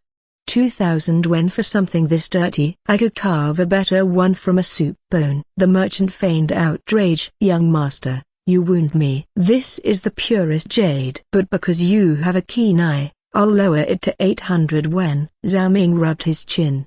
500, 750, 600. Fine, 500. The merchant grumbled, stuffing the bangle into a cloth before Zhao Ming handed over the coins. After leaving the stall, he wiped the bangle clean with his sleeve. The dirt fell away, revealing a beautiful lilac hue. As he touched it, a subtle warmth spread through his fingers. "Not bad," he muttered, tucking it into his sleeve. Wandering further, Zhao Ming stumbled upon an interesting scene. A group of Azure Cloud Dragon disciples stood gathered, their leader, a striking young woman in traveling robes, engaged in a heated discussion with a rough-looking mercenary leader.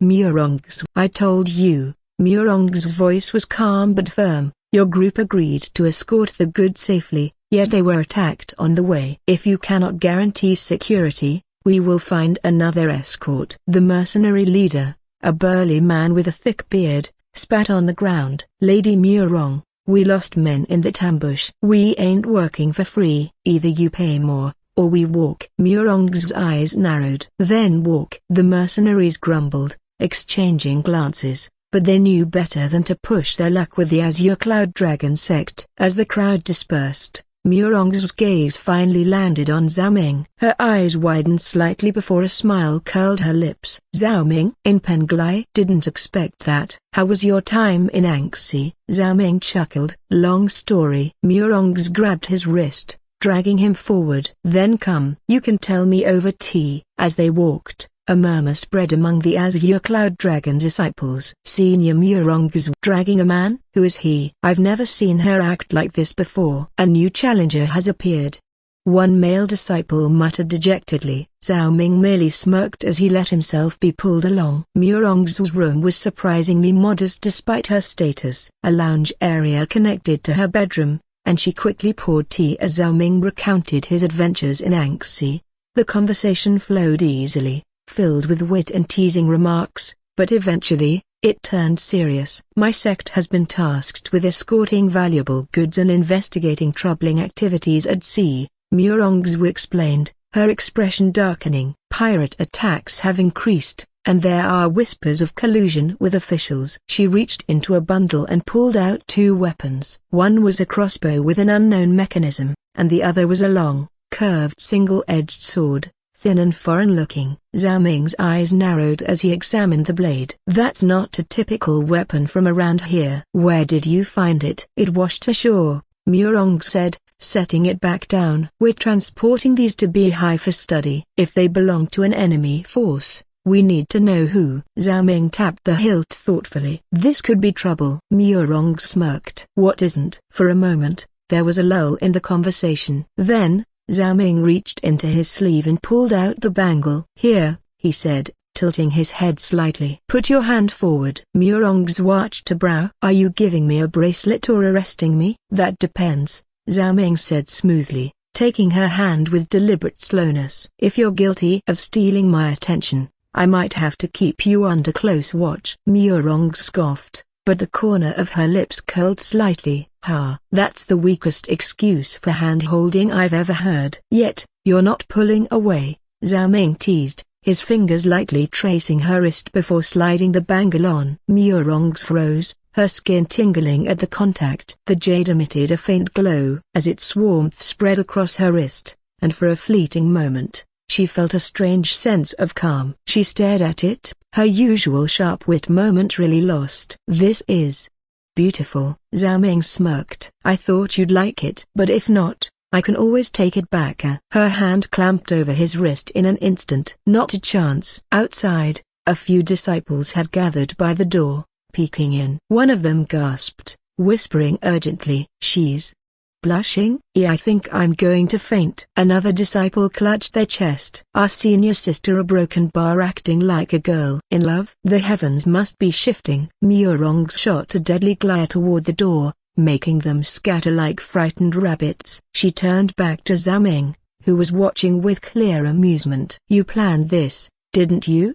She accused. Zhao Ming raised his cup of tea, completely unbothered. I have no idea what you mean. But if I did a broken bar, would you be mad? Murong's exhaled sharply, shaking her head as she admired the bangle on her wrist. Tch, annoying. But her fingers ran over the smooth jade, lingering just a little longer than necessary. And Zhao Ming knew she wouldn't take it off. That evening, Zhao Ming found himself seated at a large round table inside an elegant inn, the warm glow of lanterns casting flickering shadows on the wooden walls. The scent of roasted duck and spiced broth filled the air as servants moved around, filling cups with warm rice wine. Murong sat beside him, idly swirling her drink. Across from them were two scholars in long robes, an official who had arrived late, and a man Zhao Ming had not seen before, a broad-shouldered mercenary with sharp eyes and sword resting against his chair.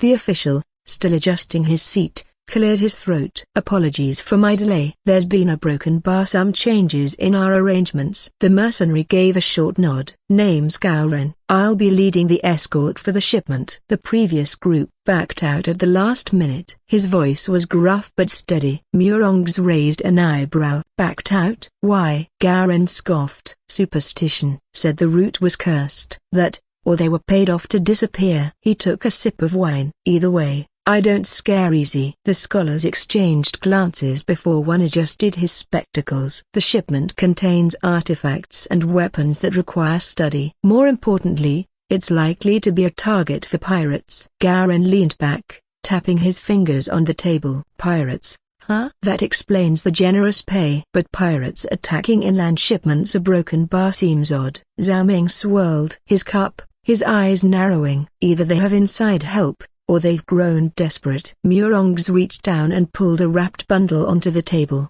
With a flick of her wrist, she unveiled a strange crossbow and a curved foreign blade. We're transporting these to Beihai for examination, she explained. Garen studied the weapons before letting out a low whistle. That's not local craftsmanship. Looks expensive. The official rubbed his chin. If these weapons belong to foreign forces, we may be dealing with more than just pirates. A brief silence fell over the table as the weight of the situation settled in. Then, Garen chuckled and took another sip of wine. Well, he said, cracking his knuckles, if they want to fight, I say we give it to them. The tension in the air eased slightly as the official let out a tired sigh. Let's hope it doesn't come to that, but we should be prepared for the worst. One of the scholars nodded. We'll leave at first light in 3 days. That should give us enough time to finalize the preparations. Murongz leaned back in her chair, crossing her arms. Then we'll meet again before departure. No surprises. Zhao Ming raised his cup. To a successful journey.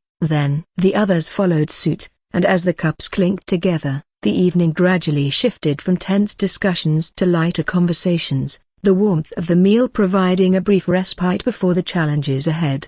After the meeting, Murongz arranged a room for Zhao Ming at the inn. Lying on the bed, Zhao Ming activated his system. Zhao Ming, I'll join Murongz on this mission. System. Very well. System will take note of host's choice and adjust accordingly. Closing his eyes, Zhao Ming let out a breath. Tomorrow, the journey would begin. Zhao Ming took a deep breath as the system interface flickered before him. After confirming his decision to accompany Murongz, a new system quest appeared before his eyes. Quest: accompany Murongz, guard the goods, and ensure her safety. Hint: visit the market. His eyes narrowed. This wasn't just a casual trip, there was real danger ahead.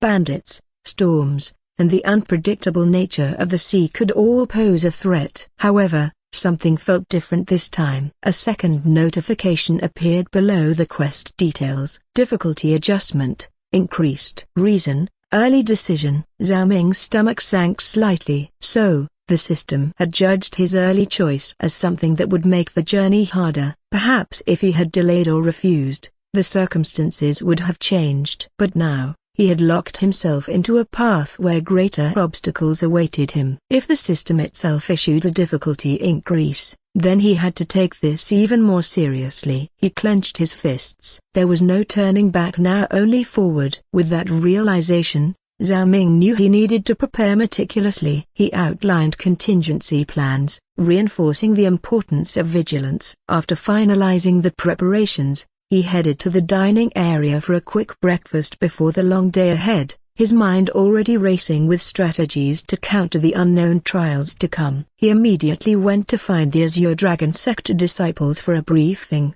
ensuring they were fully aware of the potential dangers. By the time Zhao Ming arrived, the disciples were already gathered in the dining hall. Murongz, ever composed, gestured for him to sit beside her. He hesitated for a brief moment before taking the seat, feeling the curious glances of the others. Good morning, everyone, Zhao Ming greeted with a nod. Some disciples returned the greeting, while others exchanged glances and whispered among themselves. Did you see how she asked him to sit beside her? Do you think something is going on between them? No way, he's just a newcomer. Isn't he? One sharp look from Murongz was enough to silence them. She cleared her throat. In 3 days, we will board a ship to Bihai. I expect everyone to be fully prepared. Gather your supplies, weapons, and anything else you may need. We don't know what dangers await us. The sea is unpredictable, and we must be ready for potential threats, whether from nature or those who seek to harm us. Ensure you have rations, medicine, and extra garments. I will personally inspect everyone's gear before departure. Zhao Ming leaned forward slightly. I also suggest we train in formation drills. If we do encounter trouble, we need to be able to respond as a unit. Additionally, for those who have never traveled by sea, be aware that seasickness can be an issue. It might be worth securing some medicine in advance. Murongz nodded approvingly. That is a good point. Everyone, heed his advice. Also, maintain discipline at all times. Anyone who slacks off will answer to me. The disciples nodded in unison, determination filling their expressions. With that, the meal continued with lively chatter. Some disciples exchanged strategies for handling potential threats, while others speculated about the journey ahead. I heard Bihai has fierce warriors, one remarked. If we do encounter trouble, we'll be ready, another said confidently. Laughter and spirited discussions filled the hall, the tension of earlier moments easing into a shared sense of camaraderie. After finishing his meal, Zhao Ming turned to Murongx. "I'm heading to the market to buy supplies. Do you need anything?" Murongx shook her head. "No, I will coordinate preparations with the others. Make sure you get enough provisions for the journey. We don't know what might happen on the way." Zhao Ming nodded. "Understood. I'll be thorough. If I find anything useful, I'll let you know." As Zhao Ming stood to leave, one of the female disciples smirked. "Senior sister, wouldn't it be better if you accompanied him? It's practically a date." Another disciple chimed in, grinning. "Right? It would be a shame if he got lost in the crowd." "Who knows, maybe senior sister would enjoy a peaceful walk through the market with him." Murongx stiffened, a faint blush creeping onto her cheeks. "Enough nonsense. We have important matters to attend to. Hurry and prepare." The teasing disciple giggled. Yes, senior sister. We'll make sure everything is in order. But if you change your mind, let us know." Another disciple chuckled. "Come on, let's not push too much, or she might actually throw us into extra training." Murongx sighed, crossing her arms. "If you all have the energy to joke around, then you certainly have the energy to double-check our supplies. Don't let me find any mistakes." The disciples quickly straightened up, offering hurried bows before scattering to complete their tasks. Zhao Ming smiled slightly, amused by the exchange, before heading toward the market with a confident stride. The market was bustling with merchants shouting out their wares, customers haggling over prices, and the rich scent of spices lingering in the air. Zhao Ming navigated through the crowd, stopping by a dried goods vendor. "How much for a sack of dried food?"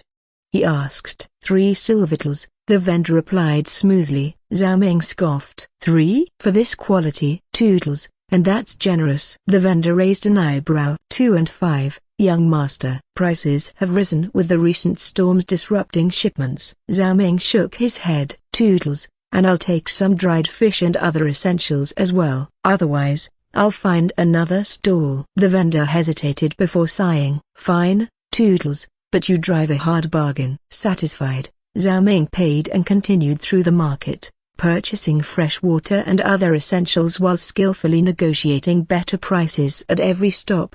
While collecting his supplies, he noticed a group of sailors chatting nearby. Taking the opportunity, he approached them. "Excuse me, I'll be sailing soon. Do you have any advice on what I should bring?" One of the older sailors chuckled. "If you're not used to sailing, you'll need medicine for seasickness. Many first-timers get sick the moment the waves get rough." Another sailor, a burly man with a scar across his cheek, nodded. "Aye, and keep an eye on your belongings. There have been reports of pirates lurking near the trade routes. They target lightly guarded merchant ships." A younger sailor leaned in, lowering his voice. "The waters have been rough lately. Strong winds and unpredictable storms. Make sure your crew secures everything on deck, or you'll lose more than just your lunch." Zhao Ming frowned slightly. "Pirates and storms, huh? Any advice on dealing with them?" The older sailor stroked his beard. "For storms, listen to your captain and stay low when the waves get high. As for pirates,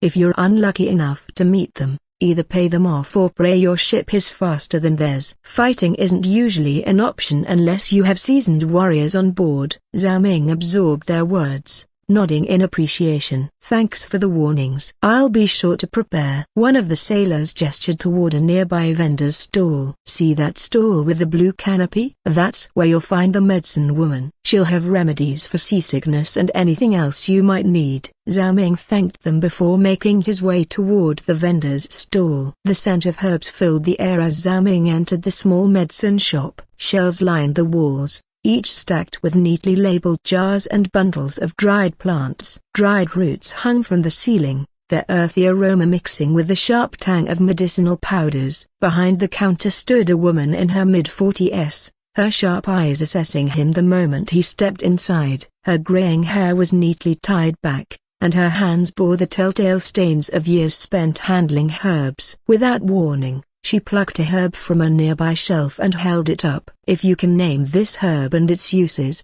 I'll consider selling you my best medicine. If not, leave." Zhao Ming frowned at the sudden test but activated insight. Information flooded his mind, and he answered without hesitation. That is Baizu. It strengthens the spleen and helps with digestion. It is often used to treat weakness and excessive dampness in the body. The woman studied him for a moment before nodding approvingly. You pass. But tell me, where did you learn about herbs? Her tone was softer now, but there was a trace of curiosity in her gaze. I've read a few books on medicine, Zhao Ming replied vaguely, unwilling to explain his system's abilities. The woman raised an eyebrow but didn't press further. Instead, she gestured toward the shelves behind her. If you're sailing, you'll need more than just medicine for seasickness. The sea air is damp and can weaken the body. Here, take some dried ginger and perilla leaf, for these will help warm the stomach. And if you encounter injuries, this wound paste is one of my best formulations. Zhao Ming picked up a small clay jar and inspected it. What's in this paste? Golden thread,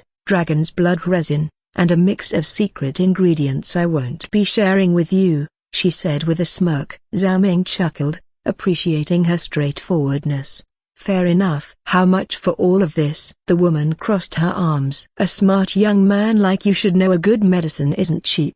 5 silvertals.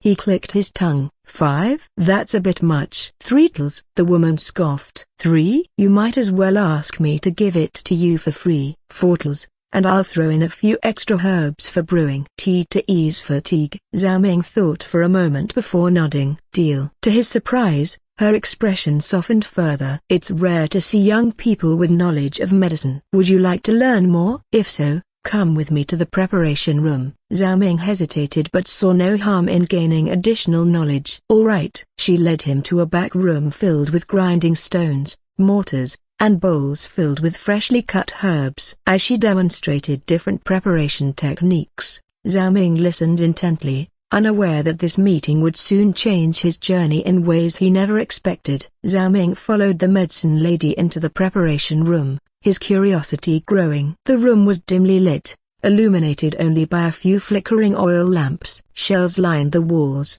packed with dried herbs, glass jars filled with mysterious liquids, and ancient scrolls. The scent of medicinal ingredients filled the air, earthy and slightly bitter, mingling with the faint aroma of burning incense. The woman moved with practiced grace, each step deliberate, as if she had spent a lifetime among these remedies. Her robes, though plain, bore faint embroidery of medicinal plants, a wormwood, ginseng, and peonia stitched with meticulous care. She turned to him, her sharp eyes scrutinizing him like a patient under diagnosis. Despite her age, there was an air of strength about her, as if she had seen and endured much in her lifetime. There were calluses on her hands, marks of years spent grinding herbs and preparing medicine, yet her fingers remained steady, precise. You passed the first test, but learning medicine requires steady hands and a sharp mind, she said, placing a mortar and pestle before him. Her voice was neither warm nor unkind, just firm,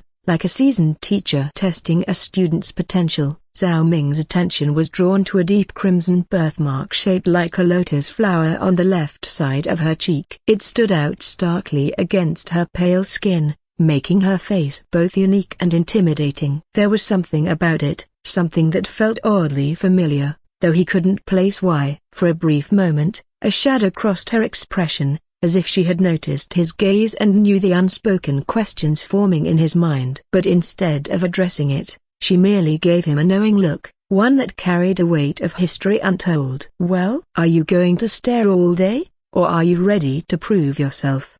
She said, arching a brow. Zhao Ming straightened, pushing aside his curiosity. Whatever story lay behind that birthmark, he would have to earn the right to hear it. The woman handed Zhao Ming a bundle of dried herbs, their brittle texture indicating they had been cured for preservation. The faint scent of ginseng and angelica root mixed in the air as she placed them in front of him. Grind these into a fine powder without losing their essence, she instructed, her tone leaving no room for hesitation. Zhao Ming activated insight, and a flood of information filled his mind. He quickly learned that the right technique required controlled force, here too much pressure would crush the herbs and release their essential oils too soon, while too little would result in an uneven grind, making the medicine ineffective.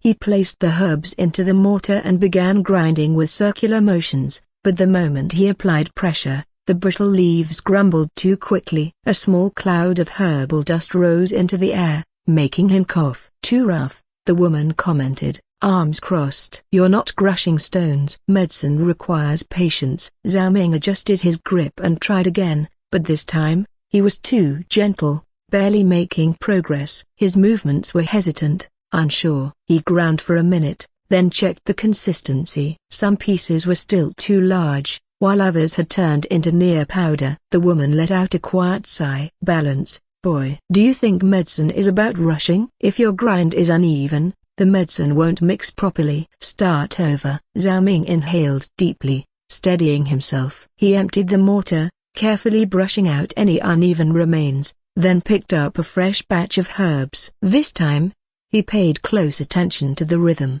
using insight to refine his technique. Slow, steady movements, a slight twist of the wrist. He adjusted the angle, feeling the resistance as the herbs broke down under controlled pressure. The aroma intensified as he worked, the essence being drawn out gradually. Minutes passed, and his arms began to ache, but he didn't stop. He finally lifted the mortar and examined the powder. Fine, even, without unnecessary oil loss. He presented it to the woman, his breath slightly uneven from the effort. She examined it with a critical eye, rubbing a pinch of the powder between her fingers. It was not perfect, but it was acceptable. "Barely passable," she muttered, before nodding. "But at least you learned something." Zhao Ming exhaled in relief, but before he could relax, she pushed another set of ingredients toward him. Again, his shoulders slumped, but he tightened his grip on the pestle. If nothing else, he was going to prove himself even if his arms felt like they were about to fall off. Without a word,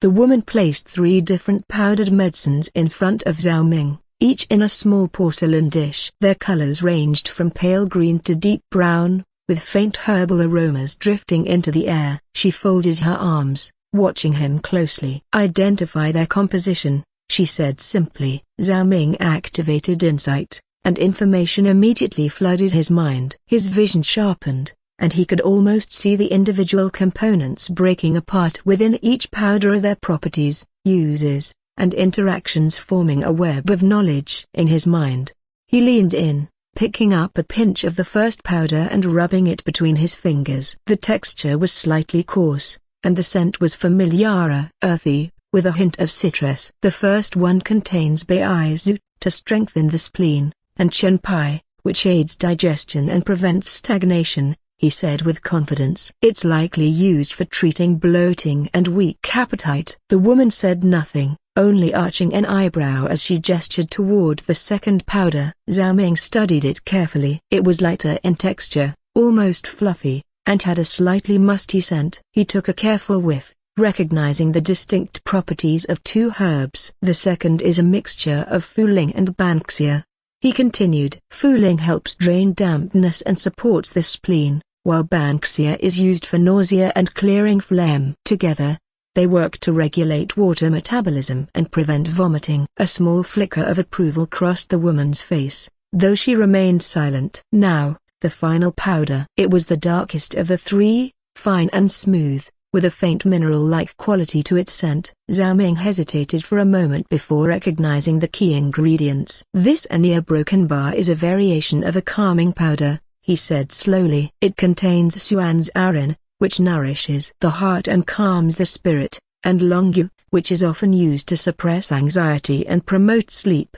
He looked up, waiting for her reaction. The woman smirked, though her expression remained guarded. "Not bad," she admitted, tapping the edge of one dish with her fingernail. "Your insight ability is certainly useful, but true medicine isn't just about knowing names and effects. It's about understanding how to blend them in the right proportions. Can you combine them properly?" She slid a sheet of parchment toward him with a set of symptoms hastily written in neat, slanted strokes: dizziness, nausea, fatigue, and heart palpitations. Zhao Ming frowned, analyzing the symptoms carefully. Each powder had useful components, but using them incorrectly could throw off the balance. Too much fuling might overdrain fluids. Excess banksia could irritate the stomach. Longyu, if not prepared well, could be too heavy on digestion. He took a deep breath and began measuring. First, he He took a small portion of the baizu and chen pai mixture. This would help stabilize the spleen and aid digestion,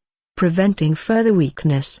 Then, a moderate amount of fuling and banksia, just enough to clear dampness without over-drying the body's fluids. Finally, he added a precise pinch of suanzarin, just enough to calm the heart without making the person too drowsy. The woman watched in silence as he worked. Zhao Ming carefully mixed the powders, ensuring even distribution, then handed the final blend to her. She inspected the mixture, running it between her fingers, and then nodded. "Acceptable," she said. "You adjusted for the person's condition instead of just dumping the herbs together blindly. That's the difference between knowledge and understanding." Zhao Ming exhaled, feeling a small wave of relief. But before he could savor the moment, the woman's smirk returned. "Now, let's see how well you do with a real patient." She turned toward the door and called out, "Bring him in." Zhao Ming's eyes narrowed as he straightened his back. The real test was just beginning. From the side of the room, a young boy was led forward by an apprentice. He couldn't have been older than 7 or 8. His frail body trembling slightly as he was guided to a low stool. His skin was pallid, and a thin sheen of sweat clung to his forehead. His breaths came shallow and uneven, his chest rising and falling with effort. Zhao Ming immediately crouched beside him, concern flashing in his eyes. The boy's eyelids fluttered open sluggishly, but his gaze was unfocused, as though he was barely aware of his surroundings. "He has mild poisoning," the woman stated calmly, arms crossed. "Treat him." Zhao Ming swallowed his initial panic and activated insight. Information flooded his mind, analyzing the boy's condition. His pulse was weak but rapid, his lips slightly dry, and his stomach emitted faint gurgling sounds. These signs pointed to food poisoning, likely from spoiled or contaminated food. If left untreated, dehydration and further organ strain would follow. Zhao Ming's mind worked quickly. He needed to expel the toxins, soothe the stomach, and restore lost energy, but in the right order. Treating one symptom while ignoring another could worsen the condition. He turned to the shelves, scanning the array of herbs before selecting Hupo and Huanglian. Hupo would help relieve food stagnation and clear dampness, easing the bloating and discomfort. Huanglian, known for its bitter and potent properties, would neutralize toxins and prevent further complications. As he worked, the woman observed him silently. She didn't interrupt, but her sharp eyes followed every movement, judging his skill and decision-making. Zhao Ming ground the herbs quickly, mixing them into a small bowl of warm water. The bitter scent filled the air as he stirred, ensuring the medicine dissolved properly. "Drink this," he said gently, helping the boy lift the bowl to his lips. The child flinched at the bitterness but managed to sip it down, his body too weak to resist. Zhao Ming supported his back, ensuring he didn't choke. Minutes passed. The room was silent except for the faint crackling of the oil lamps and the rhythmic grinding of herbs in the background. Then, the boy's breathing steadied. His complexion, though still pale, gained a hint of warmth. He blinked a few times, his once glassy eyes now clearer. His small fingers curled slightly, regaining strength. He swallowed and looked up at Zhao Ming with gratitude. The woman let out a low chuckle. "Looks like I made the right choice." Zhao Ming turned to her, still watching the boy carefully. "It worked, but he'll need something mild to restore his energy. Perhaps a light porridge with medicinal roots." The woman nodded approvingly. "You're learning." She walked over to a wooden box, her fingers brushing against its aged surface before pulling it open. Inside, various herbs lay bundled neatly, their scents blending into an earthy, complex aroma. She took out a small pouch and tossed it to Zhao Ming. "A gift. Inside are rare herbs, so use them wisely. Some of these you won't find in common apothecaries." Zhao Ming caught the pouch and glanced inside. He recognized a few Arlings for vitality, 10 Ma for circulation, but there were others he couldn't identify yet. He looked back at her, curiosity flickering in his gaze. "Why help me? You don't seem like the type to give out gifts easily." The woman smirked but said nothing for a long moment. Then, she slowly pulled back her sleeve, revealing something on her rear arm, a faint crimson lotus birthmark, eerily similar to the one on her cheek. Zhao Ming's breath hitched. Something about it felt significant. A legend he had yet to uncover? A connection to an unknown past? She studied his expression, as if gauging his thoughts. "Come back when you want to learn more," she said simply, giving him a final, knowing look. Zhao Ming hesitated but nodded. With the pouch secured, he turned and stepped back into the bustling market. The scent of spices and roasted meat greeted him, mingling with the lively chatter of merchants. He exhaled, letting the cool night air clear his mind. With new knowledge and supplies, it was time to return and prepare for the voyage ahead. But one thing lingered in his thoughts of the Crimson Lotus birthmark and what it truly meant. Zhao Ming stepped back into the bustling market, the scent of fresh produce and sizzling street food replacing the herbal aroma of Madame's shop. He adjusted the pouch of rare herbs at his waist, deep in thought about everything he had learned. Then, a familiar chime echoed in his mind. System notification. Fame 130 plus 50. Madame has acknowledged your skill. She is considering taking you as her apprentice. New quest unlocked, a path to Medicina. Earn Madame's trust. Reward, basic medical knowledge, unlocked, a understanding of common ailments, poisons, and their treatments. Apothecary's insight, passive, a increased efficiency when preparing medicine, reducing waste and improving potency. Locked. A gain Madame's full trust and unlock. Zhao Ming's steps slowed as he processed the message. The rewards were intriguing. Medical knowledge and efficiency in crafting medicine would be invaluable in both survival and future endeavors. But what was the hidden reward? So, she really is testing me, he murmured. His fingers absent-mindedly brushed against the pouch of herbs. Madame was no ordinary medicine woman. Her sharp eyes, the way she carried herself, and that Crimson Lotus birthmark on her cheek, a broken bar. Something about her felt familiar yet mysterious. Who exactly is Madame? He muttered to himself. A merchant overheard him and chuckled. "Ah, lad, you've met the Ghost Lotus, haven't you?" Zhao Ming turned sharply. "Ghost Lotus?" The merchant grinned. "That's what some folks call her. They say she once served in the imperial court as a physician, but she vanished after a scandal. Now, she only takes in a handful of students, so if they're lucky." An imperial physician? That explained her vast knowledge, but if the rumors were true, why was she here, hiding in a small apothecary? With a renewed sense of purpose, he straightened his back and walked forward. There was much to prepare for the voyage ahead, his training, and now, the opportunity to uncover the secrets of Madame. The first light of dawn seeped through the wooden lattice windows, casting soft golden hues across the room. Zhao Ming stirred awake, his body already accustomed to the early hours. Blinking away the remnants of sleep, he sat up and reached for the small satchel beside his bed. He unraveled its contents, methodically checking each item. Spare clothes, a flint for fire, dried rations, a short dagger for self-defense, and a few taels of silver tucked away in a hidden pouch. Everything was in order.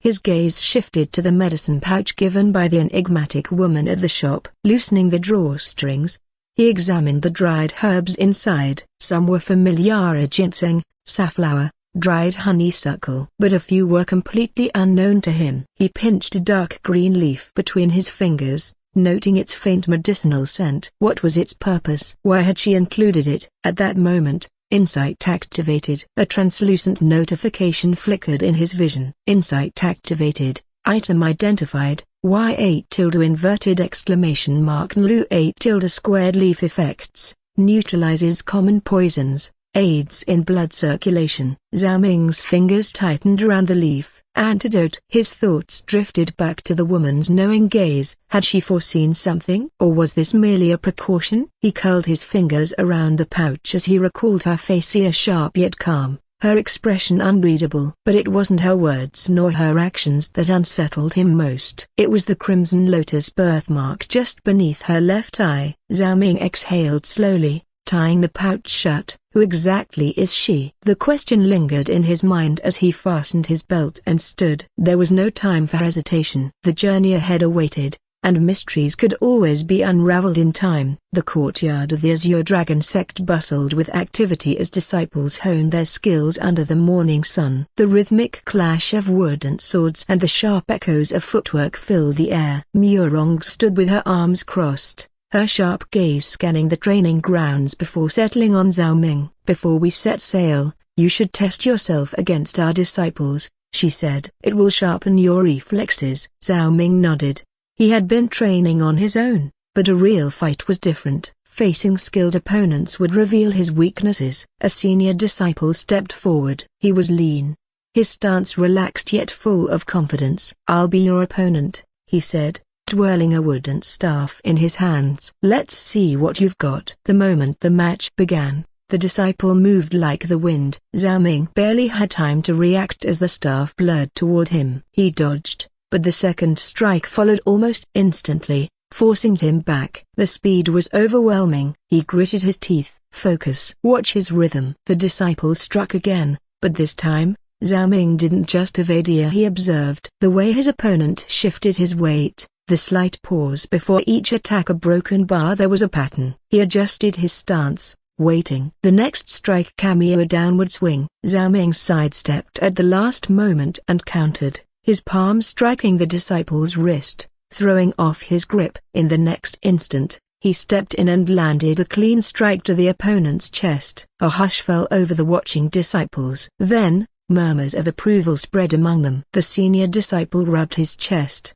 then grinned. "Not bad," he admitted. "You learn fast." Murong's, standing at the edge of the courtyard, smirked slightly. "At least you won't embarrass yourself on the journey," she teased. Zhao Ming exhaled, feeling a rush of satisfaction. He was improving, but this was only the beginning. With the preparations complete, Murongzu allowed the disciples some free time before their departure. The bustling streets of the coastal city beckoned, filled with the scent of freshly baked pastries, sizzling skewers, and the rhythmic calls of merchants advertising their wares. Yet, instead of scattering, a group of female disciples lingered, exchanging knowing glances before turning to Murong's with barely contained amusement. "Senior sister," one of them grinned, "since we have time, why not take a stroll with young Master Zhao?" Murong's arched a brow. "Why would ya?" "Oh, don't be shy." Another disciple giggled. "You've been watching over him so diligently. A little walk won't hurt. We even heard there's a tea house with a beautiful sea view, perfect for a." "Enough." Murong sighed, rubbing her temples as the disciples snickered. She glanced at Zhao Ming, who remained unbothered by the commotion. Fine, she muttered. "Just a walk." Satisfied with their victory, the disciples beamed as they watched the two depart together. The high-class tea house stood atop a small hill, overlooking the endless blue expanse of the Bihai Sea. Lanterns swayed gently in the breeze, and the faint sound of a gong played softly in the background. Inside, wealthy merchants and scholars conversed over fine porcelain cups, their voices mingling with the aroma of premium tea leaves. Zhao Ming and the Murongs were led to a private balcony. As the tea was poured, Murongs seemed at ease, gazing out at the horizon, the sunlight catching the faint golden embroidery on her robes. Zhao Ming, however, was more focused on the hushed conversation from the table nearby. A whole ship, wrecked just like that. No survivors. Some say it was a sudden storm, but I tell you, the sailor's voice lowered, it wasn't the weather. Another scoffed. A storm? Ha! The truth is worse. Pirates attacked it. Zhao Ming subtly shifted in his seat, listening more intently. The Sea Serpent crew, the sailor continued in a grim tone. They strike without warning, leaving nothing behind. Slaughtered the entire crew and looted everything. Aren't they just rumors? They were rumors until last month. Now, they say the bastards are still lurking in the Bihai Sea, waiting for their next prey. Did they just want gold? Gold? Number. They're looking for something, the sailor muttered. Something important. No one knows what it is, but whatever they don't find, they burn. And whoever stands in their way. He dragged a finger across his throat, mimicking a slow cut. Zhao Ming took a slow sip of tea, his mind sharpening. Pirates. And they're after something. If this was true, their voyage might not just be a battle against the sea but against men far more ruthless. After leaving the tea house, Zhao Ming and the Murongs made their way through the lively streets, weaving past vendors and townsfolk. Their destination was the medicine shop where Zhao Ming had received the mysterious pouch of herbs. Yet, as they arrived, they were met with an unsettling sight. The shop was closed. Not just closed but completely abandoned. The wooden shutters were firmly shut, the door locked, and dust had begun to gather on the doorstep as if no one had entered in days. Murongs frowned. "Are you sure this is the place?" Zhao Ming nodded, his eyes scanning the faded signboard above. It was here. I'm certain. He stepped forward and knocked. No answer. He tried again. A silence. There were no signs of life within. Murongs ran her fingers along the wooden frame. This place here, broken bar. It looks like it hasn't been open for a long time. That was impossible. He had been here just yesterday. His gaze drifted downward, and something caught his attention. An engraving on the doorframe. It was small and subtle, almost unnoticeable, yet deliberate. A lotus flower. His eyes narrowed. The symbol reminded him of the crimson lotus birthmark on the woman's face. Was this her mark? Just as he was about to touch it, a raspy voice interrupted. "You broken bar." They turned to see an old beggar hunched nearby, his tattered robes barely clinging to his thin frame. His milky white eyes flickered with something close to amusement. "That shop appears a broken bar and disappears." The beggar chuckled. "You were lucky to meet her." Zhao Ming and the Murongs exchanged glances. Zhao Ming took a step forward. "You know the woman who owns this shop?" The beggar merely grinned, revealing a set of missing teeth. "Ha ha, broken bar. Who she is, what she is a broken bar, does it matter?" He cackled before waving them off. "Forget it, young ones. Not everything in this world needs to be understood." And with that, he turned and hobbled away, leaving Zhao Ming with more questions than answers. Murongs crossed her arms. "It seems we stumbled into something strange." Zhao Ming's fingers tightened around the medicine pouch at his waist. "Strange, indeed." Still unsettled by the beggar's cryptic words, Zhao Ming and the Murongs walked through the city streets, letting the bustling atmosphere push away their lingering thoughts. The marketplace was still alive with activity. Merchants called out their wares, enticing customers with promises of the finest silk, rare spices, and fragrant teas. The scent of freshly grilled skewers filled the air, mingling with the aroma of sweet pastries. Murongs stopped by a stall selling sesame-stuffed rice cakes, her gaze lingering for a moment before she casually glanced at Zhao Ming. He sighed. "Just say you want one." She scoffed but didn't refuse when he handed over a few coins to the vendor. Taking a bite, she gave him a satisfied nod. "You have good taste." Zhao Ming chuckled but said nothing, instead grabbing a skewer of grilled lamb for himself. For a while, they simply enjoyed the walk, taking in the sights and sounds of the city one last time before their departure. As the sun dipped lower in the sky, casting long shadows over the streets, they finally made their way back to the inn. Inside, the air was quiet, the other disciples already resting in preparation for the long journey ahead. Zhao Ming set down his belongings and sat by the window, gazing at the darkening sky. Murongs leaned against the doorway. "You should rest. Tomorrow will be a long day." He nodded. "You too." Without another word, she left for her room. Zhao Ming lay back on the bed, the faint scent of ink and parchment in the air. Despite his exhaustion, his mind kept circling back to the medicine woman, the pirates, and the unknown dangers waiting beyond the Bihai Sea. His grip tightened around the medicine pouch at his waist. "Whatever awaits a broken bar, I will be ready." With that final thought, he closed his eyes and let sleep take him. The world was still veiled in the hush of early morning, the air thick with a lingering mist that clung to the docks like a restless spirit. The sky, a deep shade of indigo, carried the last whispers of night, with only the faintest hint of dawn peeking over the horizon. It was the hour of Mao, A-Ring Macron Nash, Pilcrow, between 5 and 7 a.m., but the harbor was already alive with activity. Zhao Ming stepped onto the damp wooden planks of the dock, his breath visible in the cold air. Around him, lanterns flickered, their golden glow illuminating the bustling figures of sailors and merchants. The scent of salt, damp wood, and fish filled his nostrils as workers hurried to load cargo onto the massive vessel moored before Thema, a large merchant ship bound for Bihai. The ship itself was an imposing sight, its dark wooden hull sturdy and well-maintained. Thick ropes secured it to the dock, creaking under the strain as waves lapped against its side. Crates of silk, barrels of rice wine, and sacks of dried herbs were being hoisted aboard, while passengers, merchants, scholars, and a few travelers awaited patiently for embarkation.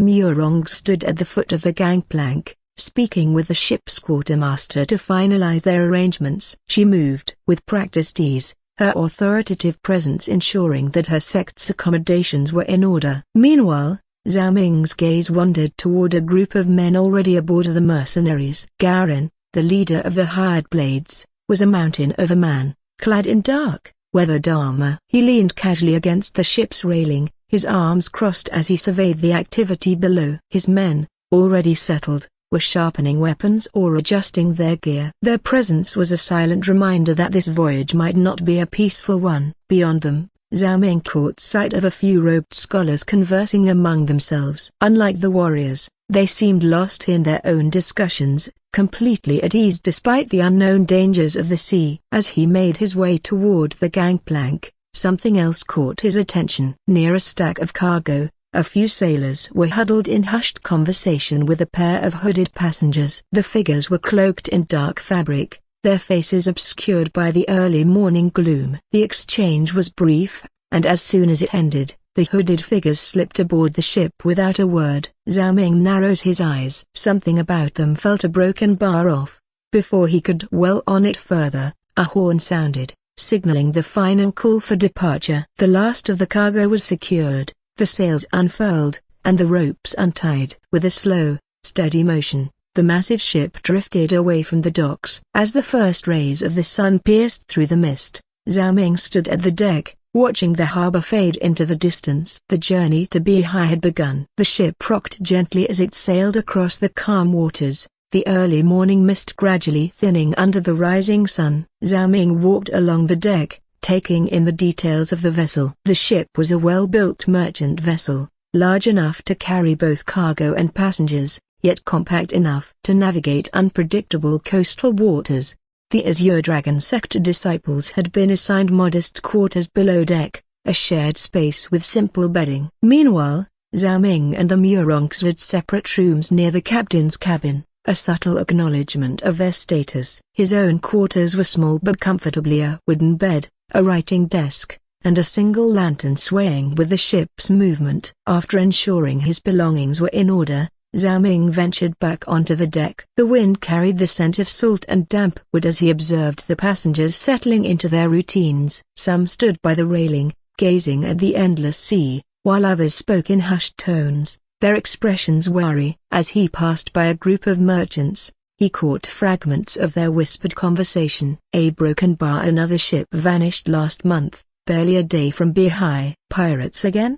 One asked. Who else? They've grown bolder. I heard they don't even take hostages anymore, just kill and plunder. Zhao Ming frowned but continued walking, making his way toward the ship's galley. The scent of freshly steamed buns and boiled fish broth drifted from the open hatch, drawing him inside. The cook, a burly man with a thick beard and rolled-up sleeves, was kneading dough with practiced ease. He glanced up as Zhao Ming approached. Looking for breakfast?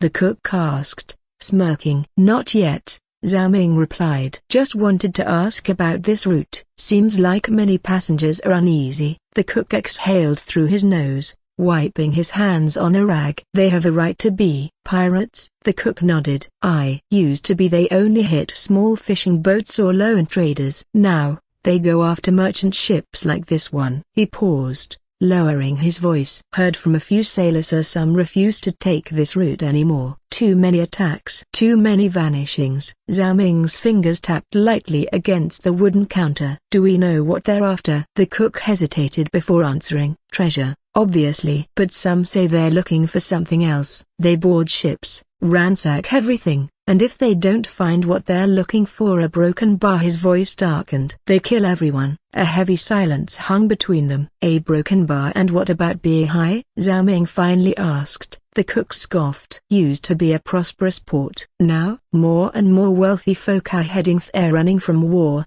bandits, whoever's chasing them. But safety, who knows how long that'll last. Zhao Ming gave a small nod of thanks before leaving the galley. The ship creaked beneath his feet as he stepped back onto the deck. His gaze swept across the open waters, thoughts lingering on the cook's words. Something was happening in Beihai, and whatever the pirates were searching for, it was valuable enough to leave a trail of bodies behind. As the ship continued its voyage, the morning mist had long lifted, revealing an endless stretch of sea under a brightening sky. Murongs gathered the Azure Dragon sect disciples on the deck, arms crossed, her expression calm but expectant. "Training doesn't stop just because we're on a ship," she announced. "Footwork is crucial in battle. If you can stay balanced here, you'll be even more stable on solid ground." The disciples exchanged determined looks before nodding in agreement. They began moving across the deck, carefully adjusting their steps to the shifting rhythm of the waves. Some struggled, nearly stumbling, while others, with more experience, adapted swiftly. Murong's, however, moved with absolute grace. Her footwork was light, her posture steady, as if the ship's swaying had no effect on her at all. Even when the vessel tilted slightly with the waves, she barely wavered. Zhao Ming leaned against the railing, watching with mild amusement. "I'm starting to think you don't even need solid ground to fight." Murong smirked. "You should try. If you fall into the sea, I might even consider fishing you out." He rolled his eyes but stepped forward. "Fine, let's see what all the fuss is about." At first, Zhao Ming moved cautiously, his steps controlled as he felt out the ship's movement. It wasn't as difficult as he had expected until a much larger wave suddenly struck. The ship lurched violently. His foot slipped. Before he could catch himself, he stumbled forward straight into Murong's. With a startled gasp, she lost her footing. Zhao Ming instinctively reached out, but instead of steadying her, his weight only sent them both toppling onto the wooden planks. For a brief moment, silence filled the air. Murong's lay beneath him, her chest rising and falling with a sharp intake of breath. Her face was just inches from his, eyes widened not in anger, but something else entirely. A faint flush crept onto her cheeks, a soft pink dusting her usually composed expression. Zhao Ming's mind froze. Then, the sound of a disciple coughing awkwardly shattered the moment. Realizing their position, Zhao Ming quickly pushed himself up, clearing his throat as he offered Murong's a hand. "That was the ship's fault." Murong's hesitated for a split second before accepting his hand. She stood swiftly, dusting off her robes while keeping her gaze slightly averted. "Of course, we should blame the sea itself next time." Some disciples snickered, while others pretended not to notice the unusual exchange. Zhao Ming rubbed the back of his neck, feeling the warmth of embarrassment creeping up his ears. As the laughter died down and training resumed, Zhao Ming's eyes instinctively wandered toward the passengers. That was when he saw it. A hooded figure stood at the edge of the crowd, their posture stiff, as if observing him intently. Zhao Ming narrowed his gaze, but before he could get a better look, the figure turned and slipped away into the ship's lower decks. A flicker of unease settled in his chest. Who were they? And why did they seem so interested in him? As night descended upon the vast sea, the sky darkened faster than expected. Heavy clouds rolled in from the horizon, blotting out the moon, and the once gentle breeze turned into a restless wind. The ship rocked slightly more with each passing wave. Zhao Ming stood at the railing, staring into the distance. The salty air carried an eerie chill, and an unshakable unease settled in his chest. Near the helm, the ship's captain frowned as he scanned the sky. His years at sea had taught him to recognize the signs of a coming storm. "Lower the sails slightly," he ordered the crew. "Keep the ship steady." The wind's shifting. Sailors hurried to follow his command, muttering among themselves. The atmosphere had changed. Tension now crackled in the air, much like the distant rumble of thunder on the horizon. Zhao Ming exhaled and turned to head back to his quarters. Winner. Splash! A loud, unnatural sound echoed from the side of the ship. For a brief moment, silence followed. "Winner! Man overboard!" A sailor's panicked scream tore through the night. Zhao Ming spun around, rushing toward the source of the commotion. Several sailors were already leaning over the railing, peering into the black waters below. The sea, once calm, now churned restlessly. Waves crashed against the hull as the wind howled louder. "I don't know," a sailor stammered. "I just heard the splash, and when I looked, someone was gone." Murongzu appeared beside Zhao Ming, her expression sharp with concern. "We need to check on the others," she said, urgency lacing her voice. Together, they hurried below deck. Murongzu moved swiftly between the disciples and scholars, her gaze scanning each face. One by one, they confirmed that no one from their group had gone missing. When she returned to the upper deck, the ship rocked violently, and she gripped the railing for balance. Although she wasn't prone to seasickness, the constant swaying, combined with the chilling winds and eerie echoes of the sea, made her feel lightheaded. Pushing through the discomfort, she made her way to the helm to speak with the captain. "How bad is it?" Murongzu asked, steadying herself against the swaying deck. The captain's face was grim. "Winds are picking up faster than expected.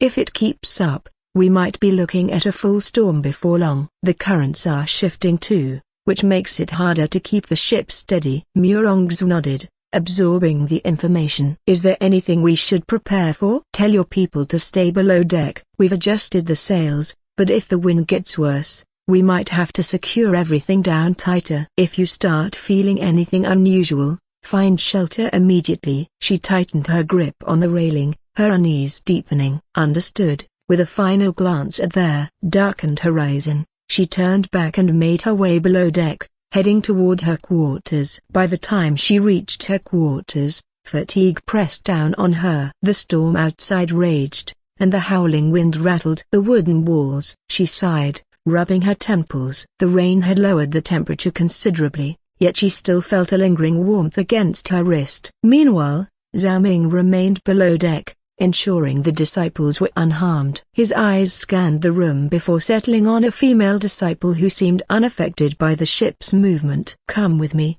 he instructed. "Check on Murongzu and make sure she's all right." The young woman nodded and followed his orders, making her way to Murongzu's quarters. Inside, Murongzu glanced down at the jade bangle Zhao Ming had given her. Despite the cold, its smooth surface radiated a gentle heat, as if shielding her from the chill. A soft knock sounded at her door. Murongzu turned, steadying herself as she opened it. Zhao Ming stood there, his brows slightly furrowed when he saw her pale face. "You're not feeling well," he noted. "It's nothing. Just the ship rocking a broken bar," she murmured, but her voice lacked its usual steadiness. Zhao Ming didn't argue. Instead, he reached into his satchel and pulled out a small porcelain vial. "The medicine from the old woman," he said. "It should help." Murongzu hesitated, but the warmth from the bangle pulsed gently, as if reassuring her. She accepted the vial with a small nod. After handing over the medicine, Zhao Ming turned to the female disciple. "Stay with her. If she needs anything,